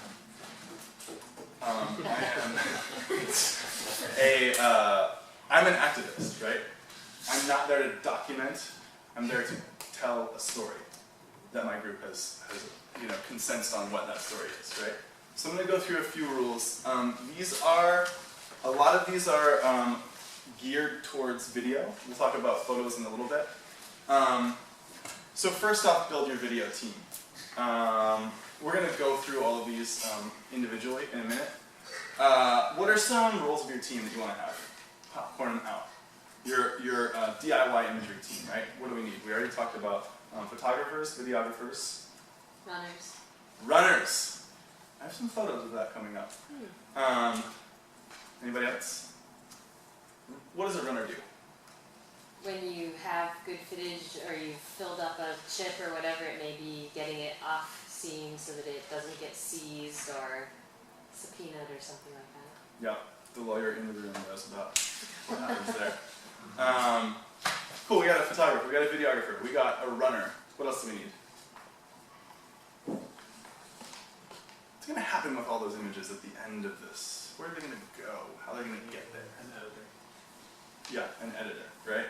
And this is something that it's in the category I think of most often forgotten things, because it happens after an action, and it sucks. It sucks, because everyone is drinking beer, and the editor has to go work.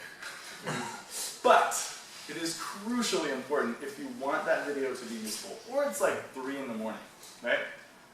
So you need a hero editor.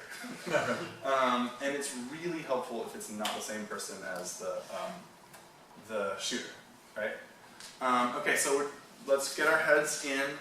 We're all going to be the shooter for a second for the next rule. Has anyone ever seen some protest? Well, actually, I'm going to start running through these slides. Can I throw out one other role too? Sure, yeah. If, depending on the action, the camera person needs eyes out of the back of their head to be looking for cops or hostile people. A buddy, totally. Or holes Yeah. in bridges.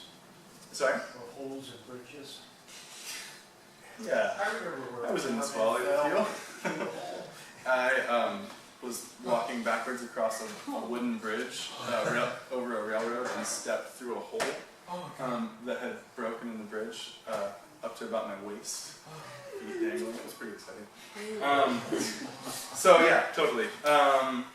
And again, I'm kind of going to blaze through some of this because I want people to have the ideas out there and ask me questions afterwards if you have them, please. So yeah, we got shooter, runner, editor. Where is this editing going to happen? That could be a role just to figure that out, right? Because sometimes you're far from home. Interviewee, and I just want to quickly touch on that. We talked about that earlier, about sort of choosing not the tallest white cis male in your group every single time. And it's, if anybody lived at the Occupy camps through all of those things, we saw again and again how that can change a movement in a lot of ways. So please do think about that. I'm going to talk. Yeah, so have a runner. Does anyone know what this action was? Some of the people are here at this action camp. So this is in John Day, and these photos were arrested with the camera and the shooter of the photos. And this was an action that we had great. This was a campaign that we'd had really great success. This was the second week of a handful of actions that have been happening to stop megaloads in Eastern Oregon from going to the tar sands, bringing equipment up there. And we've been getting great media coverage. We developed relationships in rural communities. We were having, really close relationships with local reporters that we didn't know before this. Things were going well. And then this action happened where by far the largest number of people got arrested. How many folks were arrested? 25. 25 total that night? Yeah. A lot of people, right? And you would think that that would be easily coverable in lots of media. You could get lots of journalists interested. But we literally had no images. We had nothing to send the press. And there was no press there. And it was the next morning we did all of the right things. We called all of the right people. We did everything we could, and we couldn't get it covered. It was, and we could. There was press, but it wasn't anywhere near what it could have or should have been.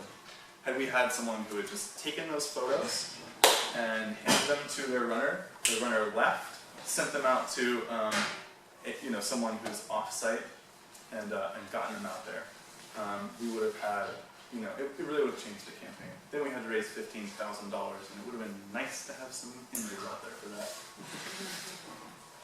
So if you're shooting video, 5-second rule, right? Who has seen all of the YouTube riot porn of super shaky camera stuff? You can't tell what's going on. Someone's running around, right? This is pretty good stuff, and it's really hard in this sort of a situation to keep your cool and figure out what you're shooting, right? So what I like to do is think of, What I like to do is think of shooting in fives, the rule of fives. I want to point my camera at something, hit record, frame my shot, get my shot, count to 5 in my head, right? I'm focusing really hard on holding that one shot, whatever it is, steady for 5 seconds.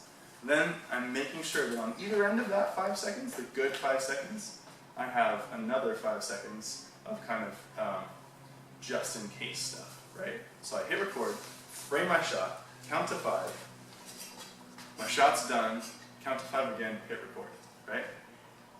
It's a process that when you're in the thick of things, when you're just pointing your phone everywhere, it will stop you from getting terrible, unusable video. Can you explain that one more time? Because that buffer time did not make sense to me. Sure.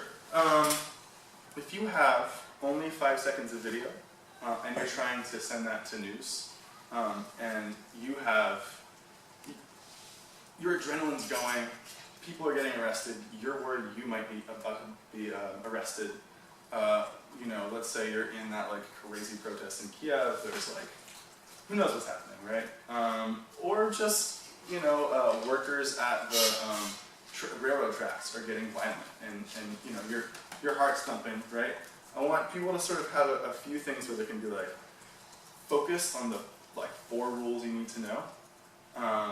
And so one thing, hit record. And let's say someone does get hit or something really important happens, and you're never sure what point it at, right? So it sounds like you're getting the get that nugget of at least 5 seconds of holding your camera stable.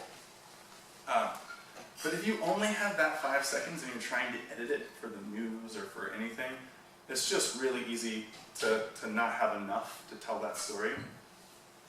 So you want handles on either side to be able to cut in and out of. That's true for sort of I think any videography. Don't think that you can't hold your one shot, your shot that you really want for longer than 5 seconds, but make sure you do at least 5, right? And then you have at least a few seconds on either side of that for handles. Just so you make sure you have enough to be usable. I was talking... What are handles? Sorry? What are handles?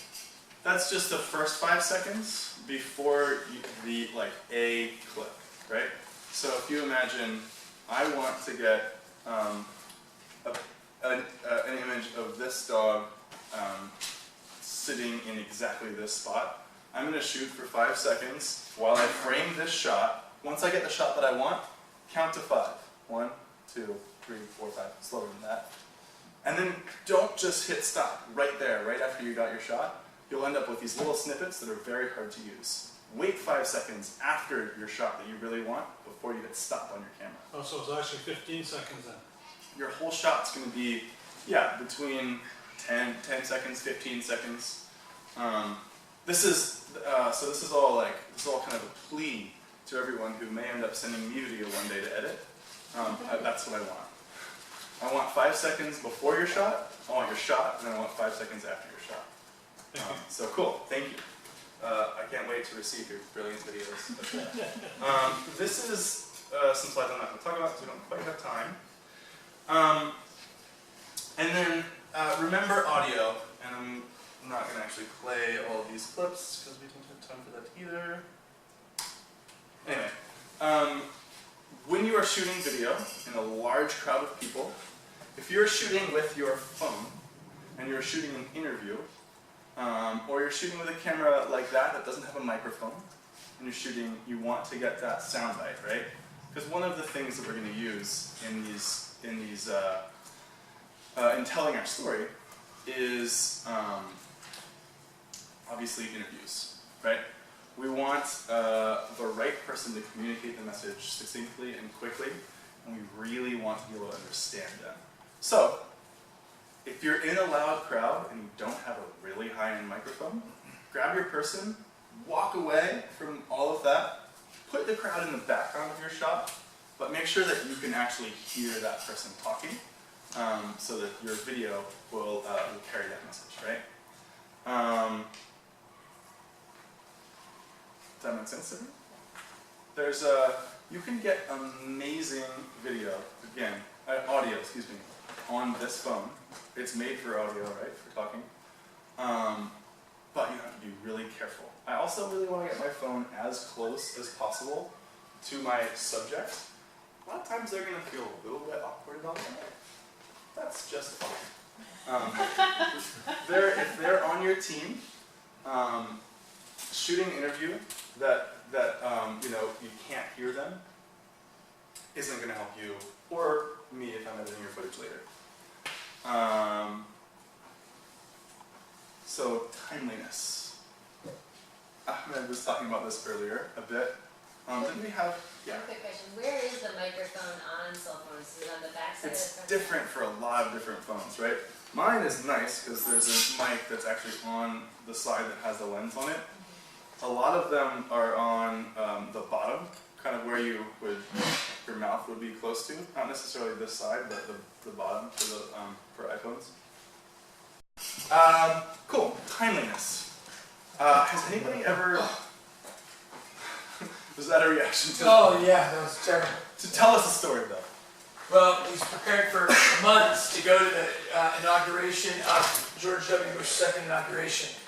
And had a media team, really put a lot of energy in media packets, spent thousands of dollars to get a crew up, got a permit, blah, blah, blah, blah, etc. We knew that we needed a guy, what do you call it, a navigator in the van in the city we weren't home, wasn't home for us. But they were partying all night, whatever, they'd find, oh no, we'll get it, you'll go look at the stage, you can drive by yourself, no problem.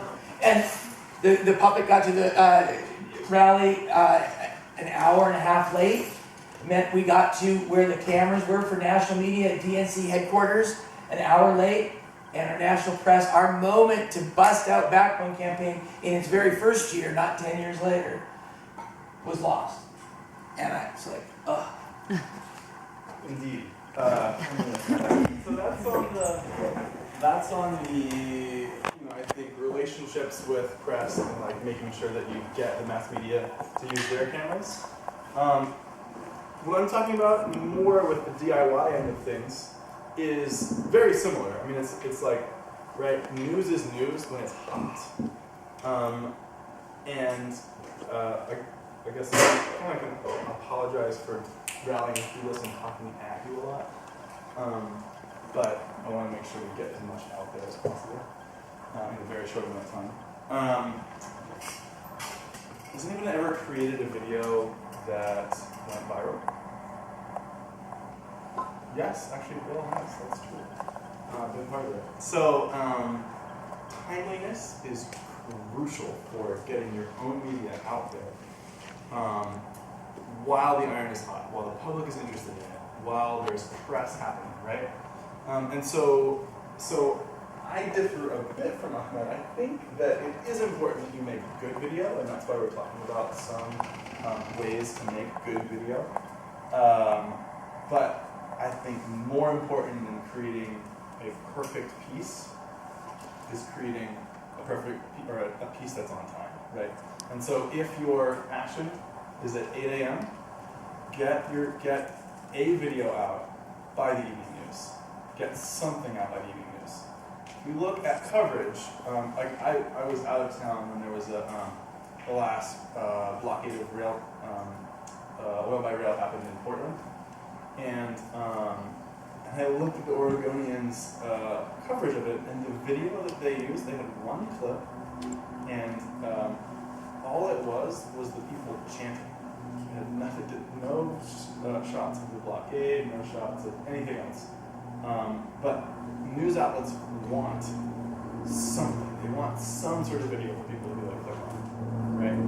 And so if you can provide them with what you want them to cover, so often, instead of using their one clip that their journalist shot because they got there late of like a sheet, you can give them some more interesting stuff to cover, to post on their website.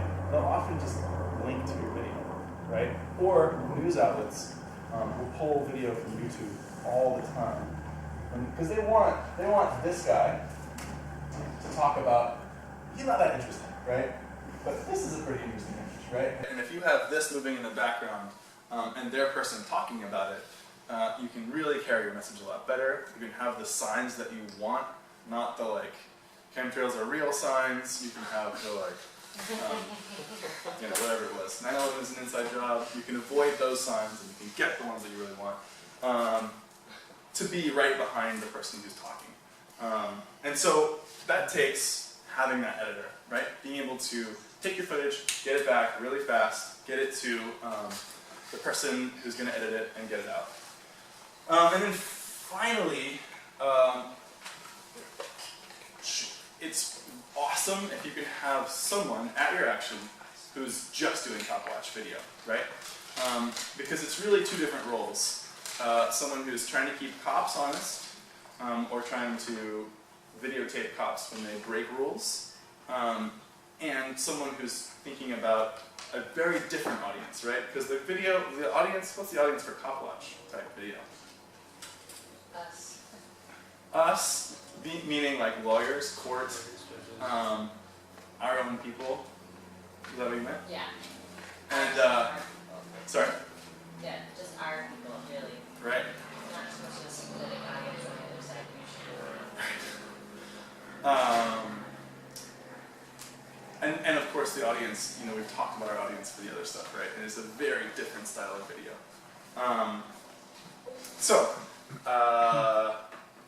And I would just add in a different intended audience. Like cop watch is usually you're watching cops do brutality and maybe the other person is participating in something possibly illegal. So you don't want to put that out to the world. You want to get that to a lawyer who will help the person maybe sue them, but it's not necessarily for public consumption.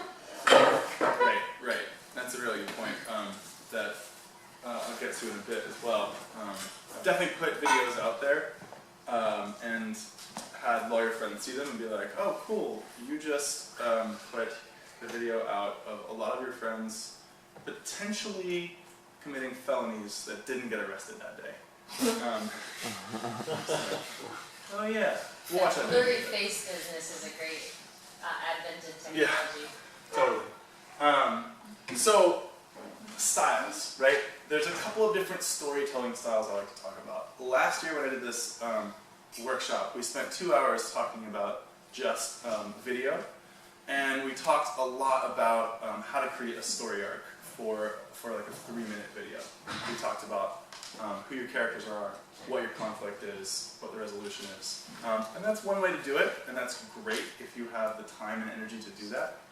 I am a really big advocate these days of going into your action and doing more of a KISS style video. Keep it simple, stupid, right? Get 8 shots and put them together immediately after your action and get it out to the news.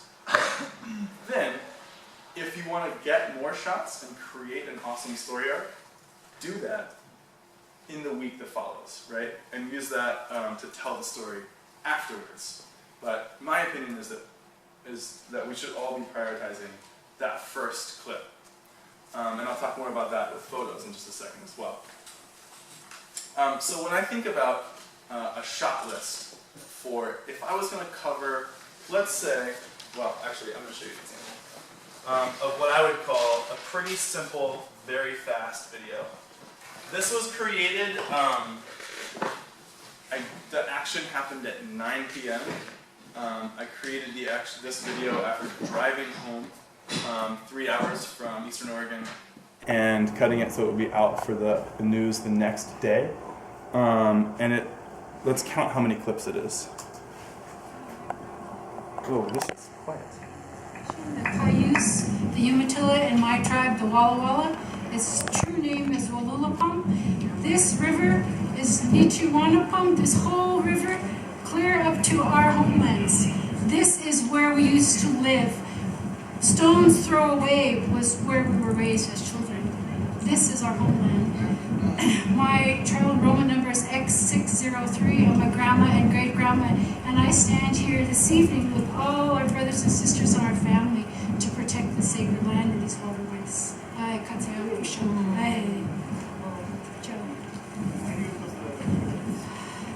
It's insanity. It's insanity. Our world has become insane with the greed and the constant reverence for money and things. And I stand here as one of the gifted ones who was able to go to college and make a living for myself and my family and my husband, and all of our children, our tribe prospers from things. But this has gone too far. This has gone too far. Our children are going to die from this. If we don't stop it now, it's going to be on our shoulders. Because they're going to say, where were you? Where was our tribe? And we have to stop it now. And we have to carry this message forward. Sisters, brothers, grandfathers, our grandchildren will listen to these stories when we're gone. And they'll say, we were here with all you folks. And we're proud of you.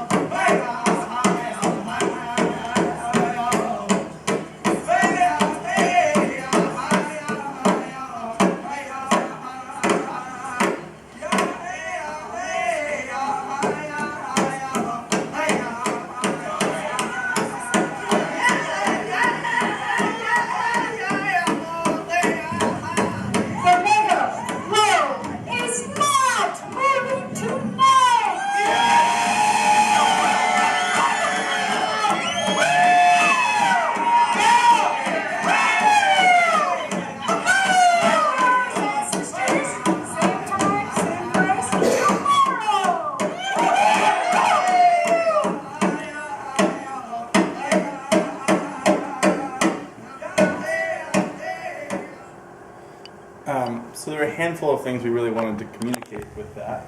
Obviously, it's not a video that talks about all of the things that are important in this issue, right? It's a video that got out quick. Any parts of that, any sort of goals that you all could see that video worked at accomplishing? At historical value and at present value and a future value.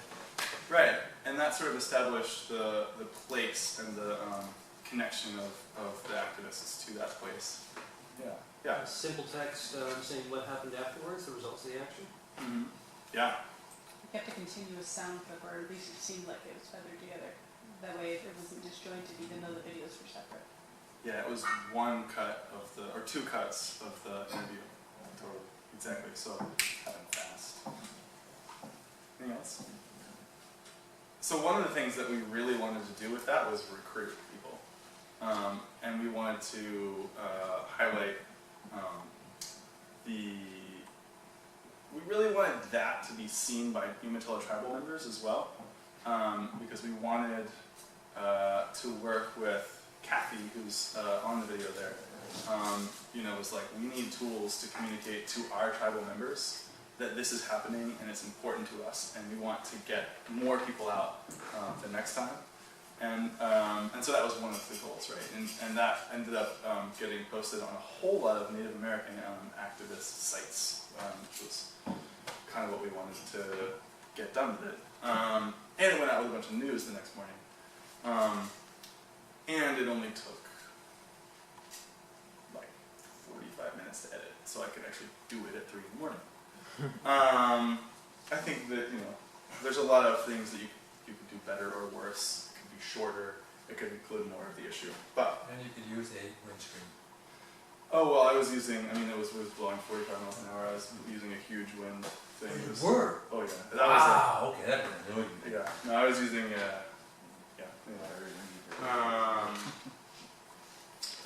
So, I like to think about making a shot list there, right? Had we been able to, so I was shooting photos and video that night, which was really hard. Any shots that you would include in that video that you didn't see or didn't see well? Like a wider panorama of everything that's going on. Mm-hmm. Yeah, that would be awesome. For getting arrested and dragged away by the cops. That happened the next night. Oh, okay. Yeah, different night, but yeah. Maybe utilizing Google Maps to get the location of where the video was shot. Yeah, that would be awesome. Again, I think that if you have time to do that before the news, do it. And if not, drop it. Face shots of truck drivers, corporate officials, Yeah. or responding police just to show frustration. Yeah, right. With the intended audience being sort of like The people who empowering like, people who yes, might come out. Yeah, totally. That, right, successful uses of our action, right? Totally. An image of the tar sands mine. Oh yeah, where it's totally. still going. Totally. Something that could easily be pulled from the internet and put on, something like that. Totally. Yeah, maybe something from planning ahead of time, especially if you're thinking about recruitment, showing this kind of discipline thing we're doing. Mm-hmm. Yeah, and I actually, I'm glad that you mentioned that when Lauren's in the room. I'm not totally sure about what risks we take by showing planning in videos. I mean, are we setting ourselves up for conspiracy charges if we do that? Potentially, yes. Especially, the concern would be if you have one infiltrator or whatnot, and the action is supposed to go this way, and you show planning, and all of a sudden something weird happened and the action went felony. Now everyone shown on the planning video is potentially, I mean, it depends. It really depends on the action. I would never put that video out until after you see what actually happened. But if it's a run-of-the-mill CD and it went the way you expected, I don't think there would be an issue in most circumstances with conspiracy threats. But yeah. So the things that I would love to have seen is like more of the fact that there was a lockdown happening to the truck. You can kind of hint at it, but it was very hard. By the time I was able to switch from photos to video, the police had pushed us out in a way that we couldn't go. So, I wish that someone else had been taking photos and I had been taking video. But yeah, cool. So I like to think I think that you can have effective video of the action that people can grab afterwards and move forward with. In just a short number of shots, and knowing more about how your action is going to take place, you can kind of write down what those shots are, right? And we came up with a great list of them that we would add to this. Some of those are on there, right? Establishing wide shots. As you're shooting, get a wide, medium, and a tight of each of the things, so you have options. Numbers, messengers. There was one shot in that video, and in the photos. And I'll talk about this in just a sec, but that was intentionally orchestrated to show everybody there in one shot. And then, of course, an interview. And then I also like to think of music. If there's music happening at your action, and you don't have to think of like pulling some other clip in from some song that you don't have legal rights to, it's super useful to just get, like while you're at the action, walk over to whoever's drumming, get that minute and a half or 2 minute clip without moving your camera very much, just thinking about getting the audio so you can bring that in as a track and have sort of all of your elements in one place so you can get it out quickly. Yes? And I know she did an amazing job with that because you allowed her to finish, as she was finishing, you brought in the audio from that other clip because it probably wasn't, the drum didn't magically start at the end of when she was saying go, I'm guessing. Right. And so that was a nice transition. Thanks. I was just curious, because you mentioned you were taking video, and actually happening to the truck. Is it acceptable to put a couple of still shots in there if you have audio still tying together? Totally. I just personally don't like doing it, so I don't do it very often. But it's totally legit to do that. It's just a personal thing I have. Anyway, yes, totally. And perhaps, could have done that. If it was more geared towards just B-roll, for just clips that television media could use after, I probably would have done more like that. My idea here was to have an interview that could be watched by anybody, and then at the end transition into B-roll, video clips of not people talking, but just things happening that could roll behind news. So they could choose the second half of that video and just play that, and there wouldn't be anybody talking, so they could talk over the video. Does that make sense? On the evening news. Is that something that's good to think about? Definitely, and you can create, another thing that's good to think about is creating two different videos. One that is specifically for press, to grab that B-roll and play in the background while dude reports on, or whoever the reporter is, talks about what happened. And then another one that's aimed at recruitment, like this one. A thing that happens there, though, is, and I'll just go ahead and talk about this with photos. One sec. A thing that you need to be, I think, very cognizant of whenever you're creating DIY media is remembering that the first photo and the first video that gets out there on social media is the one that's going to be the most shared and the most seen. And so what happens a lot is people will post a photo, or anyone at the action will post a photo, and someone who's not there, not part of the media plan, will see their friend's photo posted on Facebook of whatever their friend wanted to share with their own social media networks. That will get shared by one person and the next person, and people will say, oh, this is really cool, this is happening, and you'll get a mediocre or just bad photo or video that will go kind of viral, a little bit viral when you don't want it to. Whereas if you were to post your own video and your own photo first, all those people will share yours rather than sharing their own.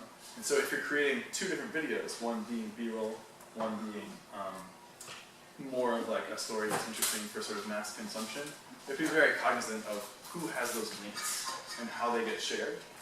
Because often if you just share B-roll, people aren't going to be like, oh my gosh, I feel so connected to this, I'm going to share it on my social media. They'll be like, oh, the video from that actually messed up. But it's really useful for news. And so...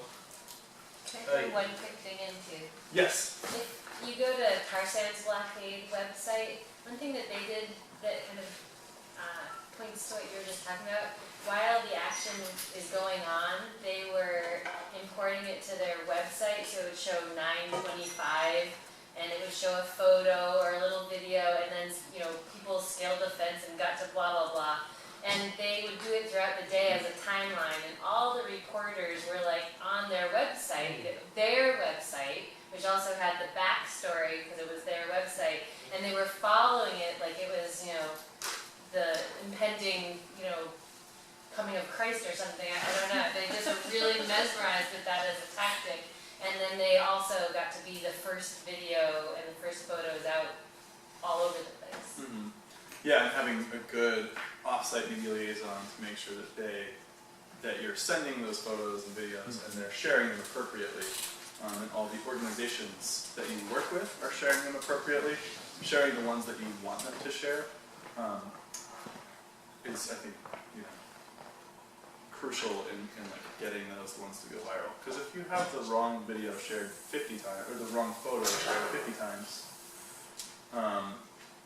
okay, fine, but if that was the perfect, awesome image that really captured the emotion from the event, that same photo might be shared 1,000 times or 2,000 times, right? And so it's important to be first. And that's something that you can talk to your crew about. Don't post any photos to Facebook until an hour or two after the action has started because we got that. Just share our organization's photos instead, or video instead. And that does play in, as there's this like slippery slope, this like murky line between mass media and social media, right? Because if you're tweeting that photo at whatever journalist you want to cover it, or even if they're following you because you have a relationship and they see that photo and they see it's been shared a zillion times, they're like, oh, I should really take note of this thing and make sure I cover it, right? The more our numbers on social media look good rather than being fragmented, there's definitely like a back and forth there. And they're gonna Google, if they don't have your images, if they don't have your video already, or they know that it's out there, often they'll Google or YouTube search. And so whichever video has been seen the most from your action is what they'll find. And the converse of that, if the photo they see is not a good one, you can lose opportunities. So in that action, a few weeks ago at the rail yard in Anacortes, we lost our Seattle Times article because she saw the photo that was being shared on social media, which was the first one, but you couldn't see anything in, and was like, I need a better photo than this, or I can't cover it. And then by the time we got better photos for her, she was like gone. And then finally, I guess I want to talk a bit. Oh, you had, sorry. I did want to make a comment there on the interviewing part. When I'm interviewing someone's talking, what I really want them to be able to give me sound bites at some point. And so many people go if and they go around the thing, and I really want to be able to say, get them back and say, okay, and get that quick summary so I get a beautiful sound bite of the biggest thing they're saying. It's a perfect segue into what I was about to say, which is sort of the different, no, so thank you, which is, I think, the difference, like I was saying, between being an activist and being a journalist. You journalists will come to your protest and be like, I like this sign here, and I can see that there's a lot of people here, but they're all kind of spread out, and so you'll get a photo of like one person with a sign, and it'll be like, activists do a thing, and it doesn't look good or empowering. It looks like there's a person there.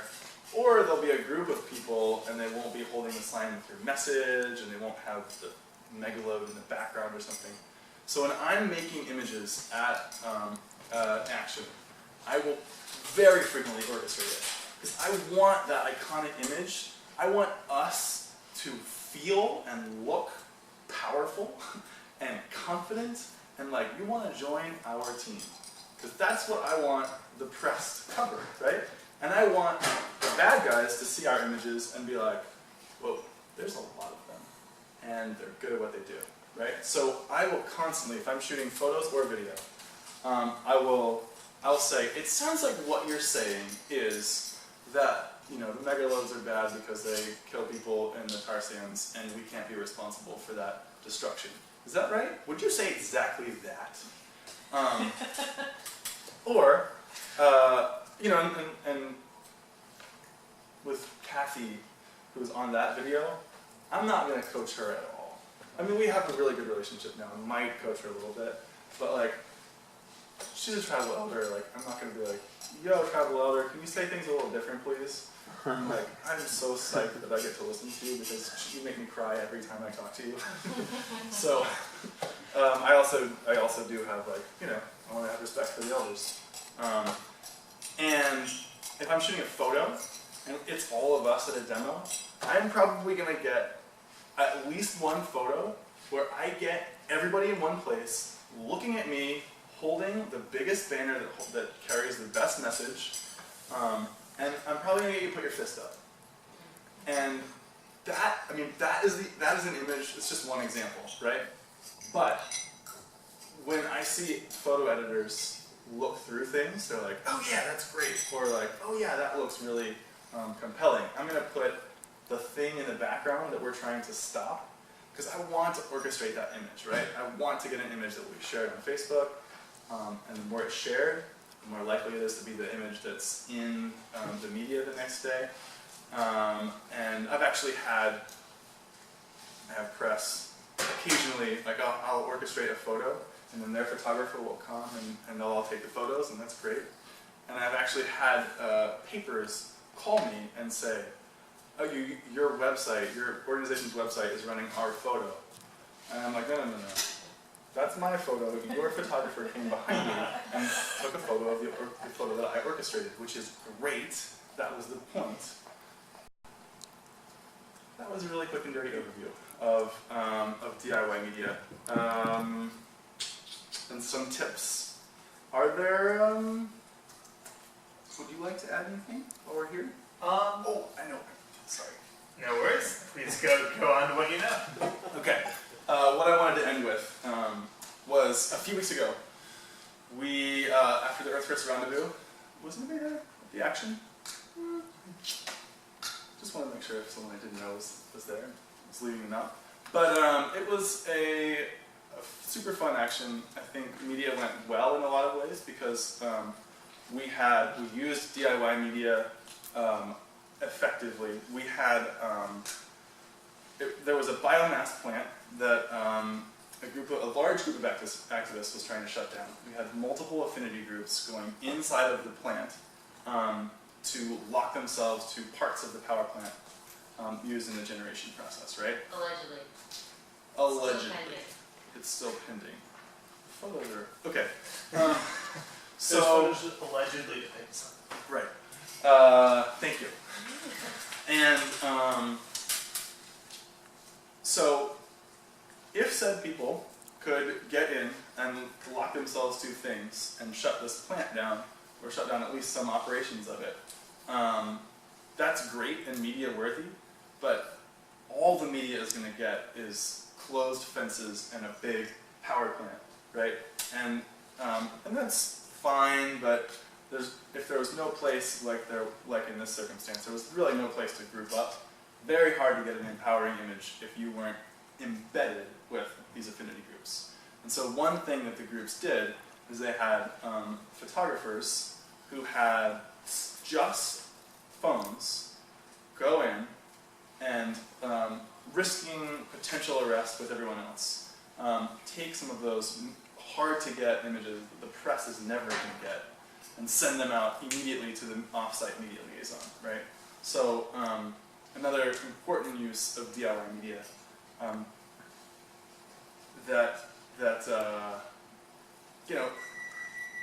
the mainstream media is unlikely to get there exactly at the right time.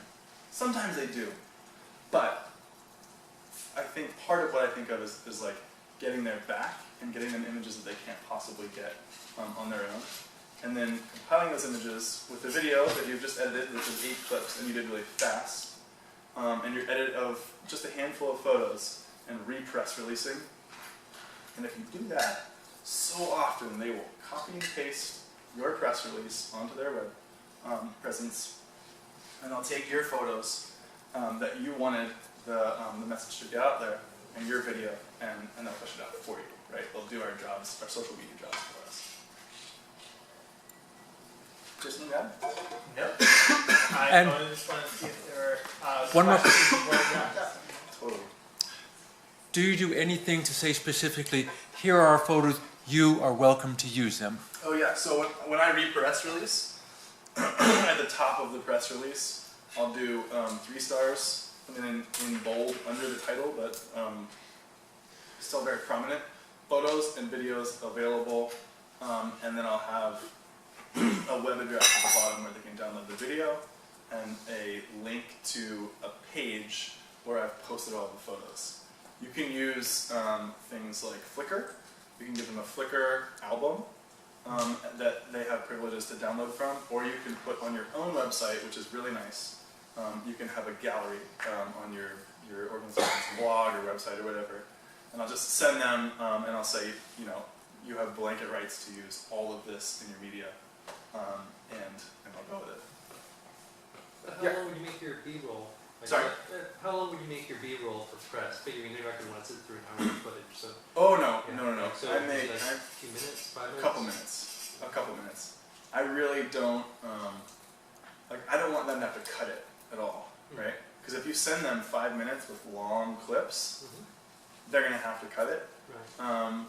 I find that if you send 2 minutes, because like how often do you get more than 2 minutes on the evening news of your footage?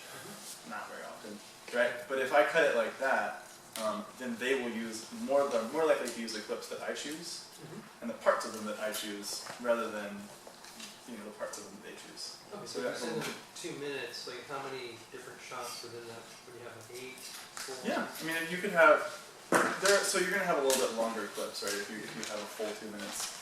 But yeah, so I would say 1 to 2 minutes, and I would say if you're just going for B-roll, you'll have to do more than 8 clips to get 2 minutes, But yeah, I say 8 clips because I think you can create a very effective video quickly if you go into your action thinking about what are my 8 clips going to be, and you can get those 8 clips and leave, or hand my video to the runner so they can get edited. What is the standard for file sizes or resolutions?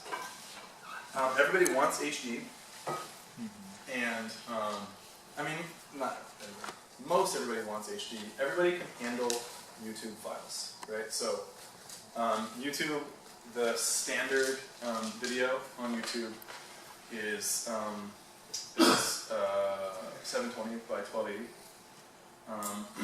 If you export at that resolution, it'll work great on YouTube. On most, I don't know of any video editing programs that don't have a YouTube or Vimeo setting for export. So if you just use that, I think that's the best, most universal thing to use. And if you post it online, they can just download it, right? I use Vimeo, not YouTube, when I send things to the media because it gives them more options to download it. I just click, the option to allow people to download my video, and then when they click on the download, they have 3 different size options even. And amazingly, that most press outlets don't care to get higher resolution than what's available online, what you would post online. They just want it quick and easy. So. And for stills? For stills, I almost always send a JPEG at the full resolution that it was shot at, but not a RAW file. So most cameras will shoot RAW. I do a little bit of photo editing, just to make it really pop, so they don't have to. I'll, if I want to, I'll increase the contrast, or I'll brighten it, or I'll add some saturation or something like that. I won't edit it much. I'll sort of develop it, and then send it out. And so that's usually going to be like a less than 10 megabyte file, more than 1 or 2 megabyte file. And cropping? Yeah, if you wanted to crop, if you felt like you got an image of this whole room and you only wanted the couch, then crop it out and give them the couch. You're in the driver's seat there, Any other questions? Cool, that was a long training. Thanks for sticking around, staying awake. And if you have questions throughout the weekend, if your group wants a media training back home, please holler at myself. I don't want to offer for you, but I'm really like the idea of sort of holding the hands of new media activists in our region and everywhere else because we need them. So please holler at me. We chat afterwards. And just to speak for myself, I'm totally happy to talk to folks one-on-one or in small groups, more continuing the conversation about working with the press, developing relationships with reporters, and some of those more advanced skills we weren't able to really talk about as much in this workshop. Thanks for coming. Yeah.